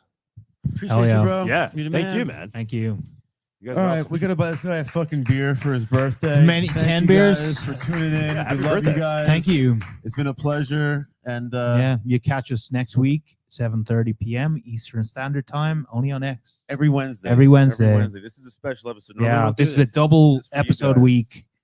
We had the opportunity to bring you guys, Doug and Aaron, and the Zeno guys, and the Pirate Chain And the guys Edge who wanted to team, do it, yeah. But, this was fun, and now it's his birthday, so it's time to go find the whiskey guy. Yeah. All right. See Thank you guys. Adios. Peace. Thank Adios. you. I'm Sal the Agorist, and if you've been around here long enough, you know I don't just talk privacy, I live it. To me, privacy isn't some buzzword or marketing gimmick. It's a non-negotiable part of living free, opting out, and taking back control of your financial life.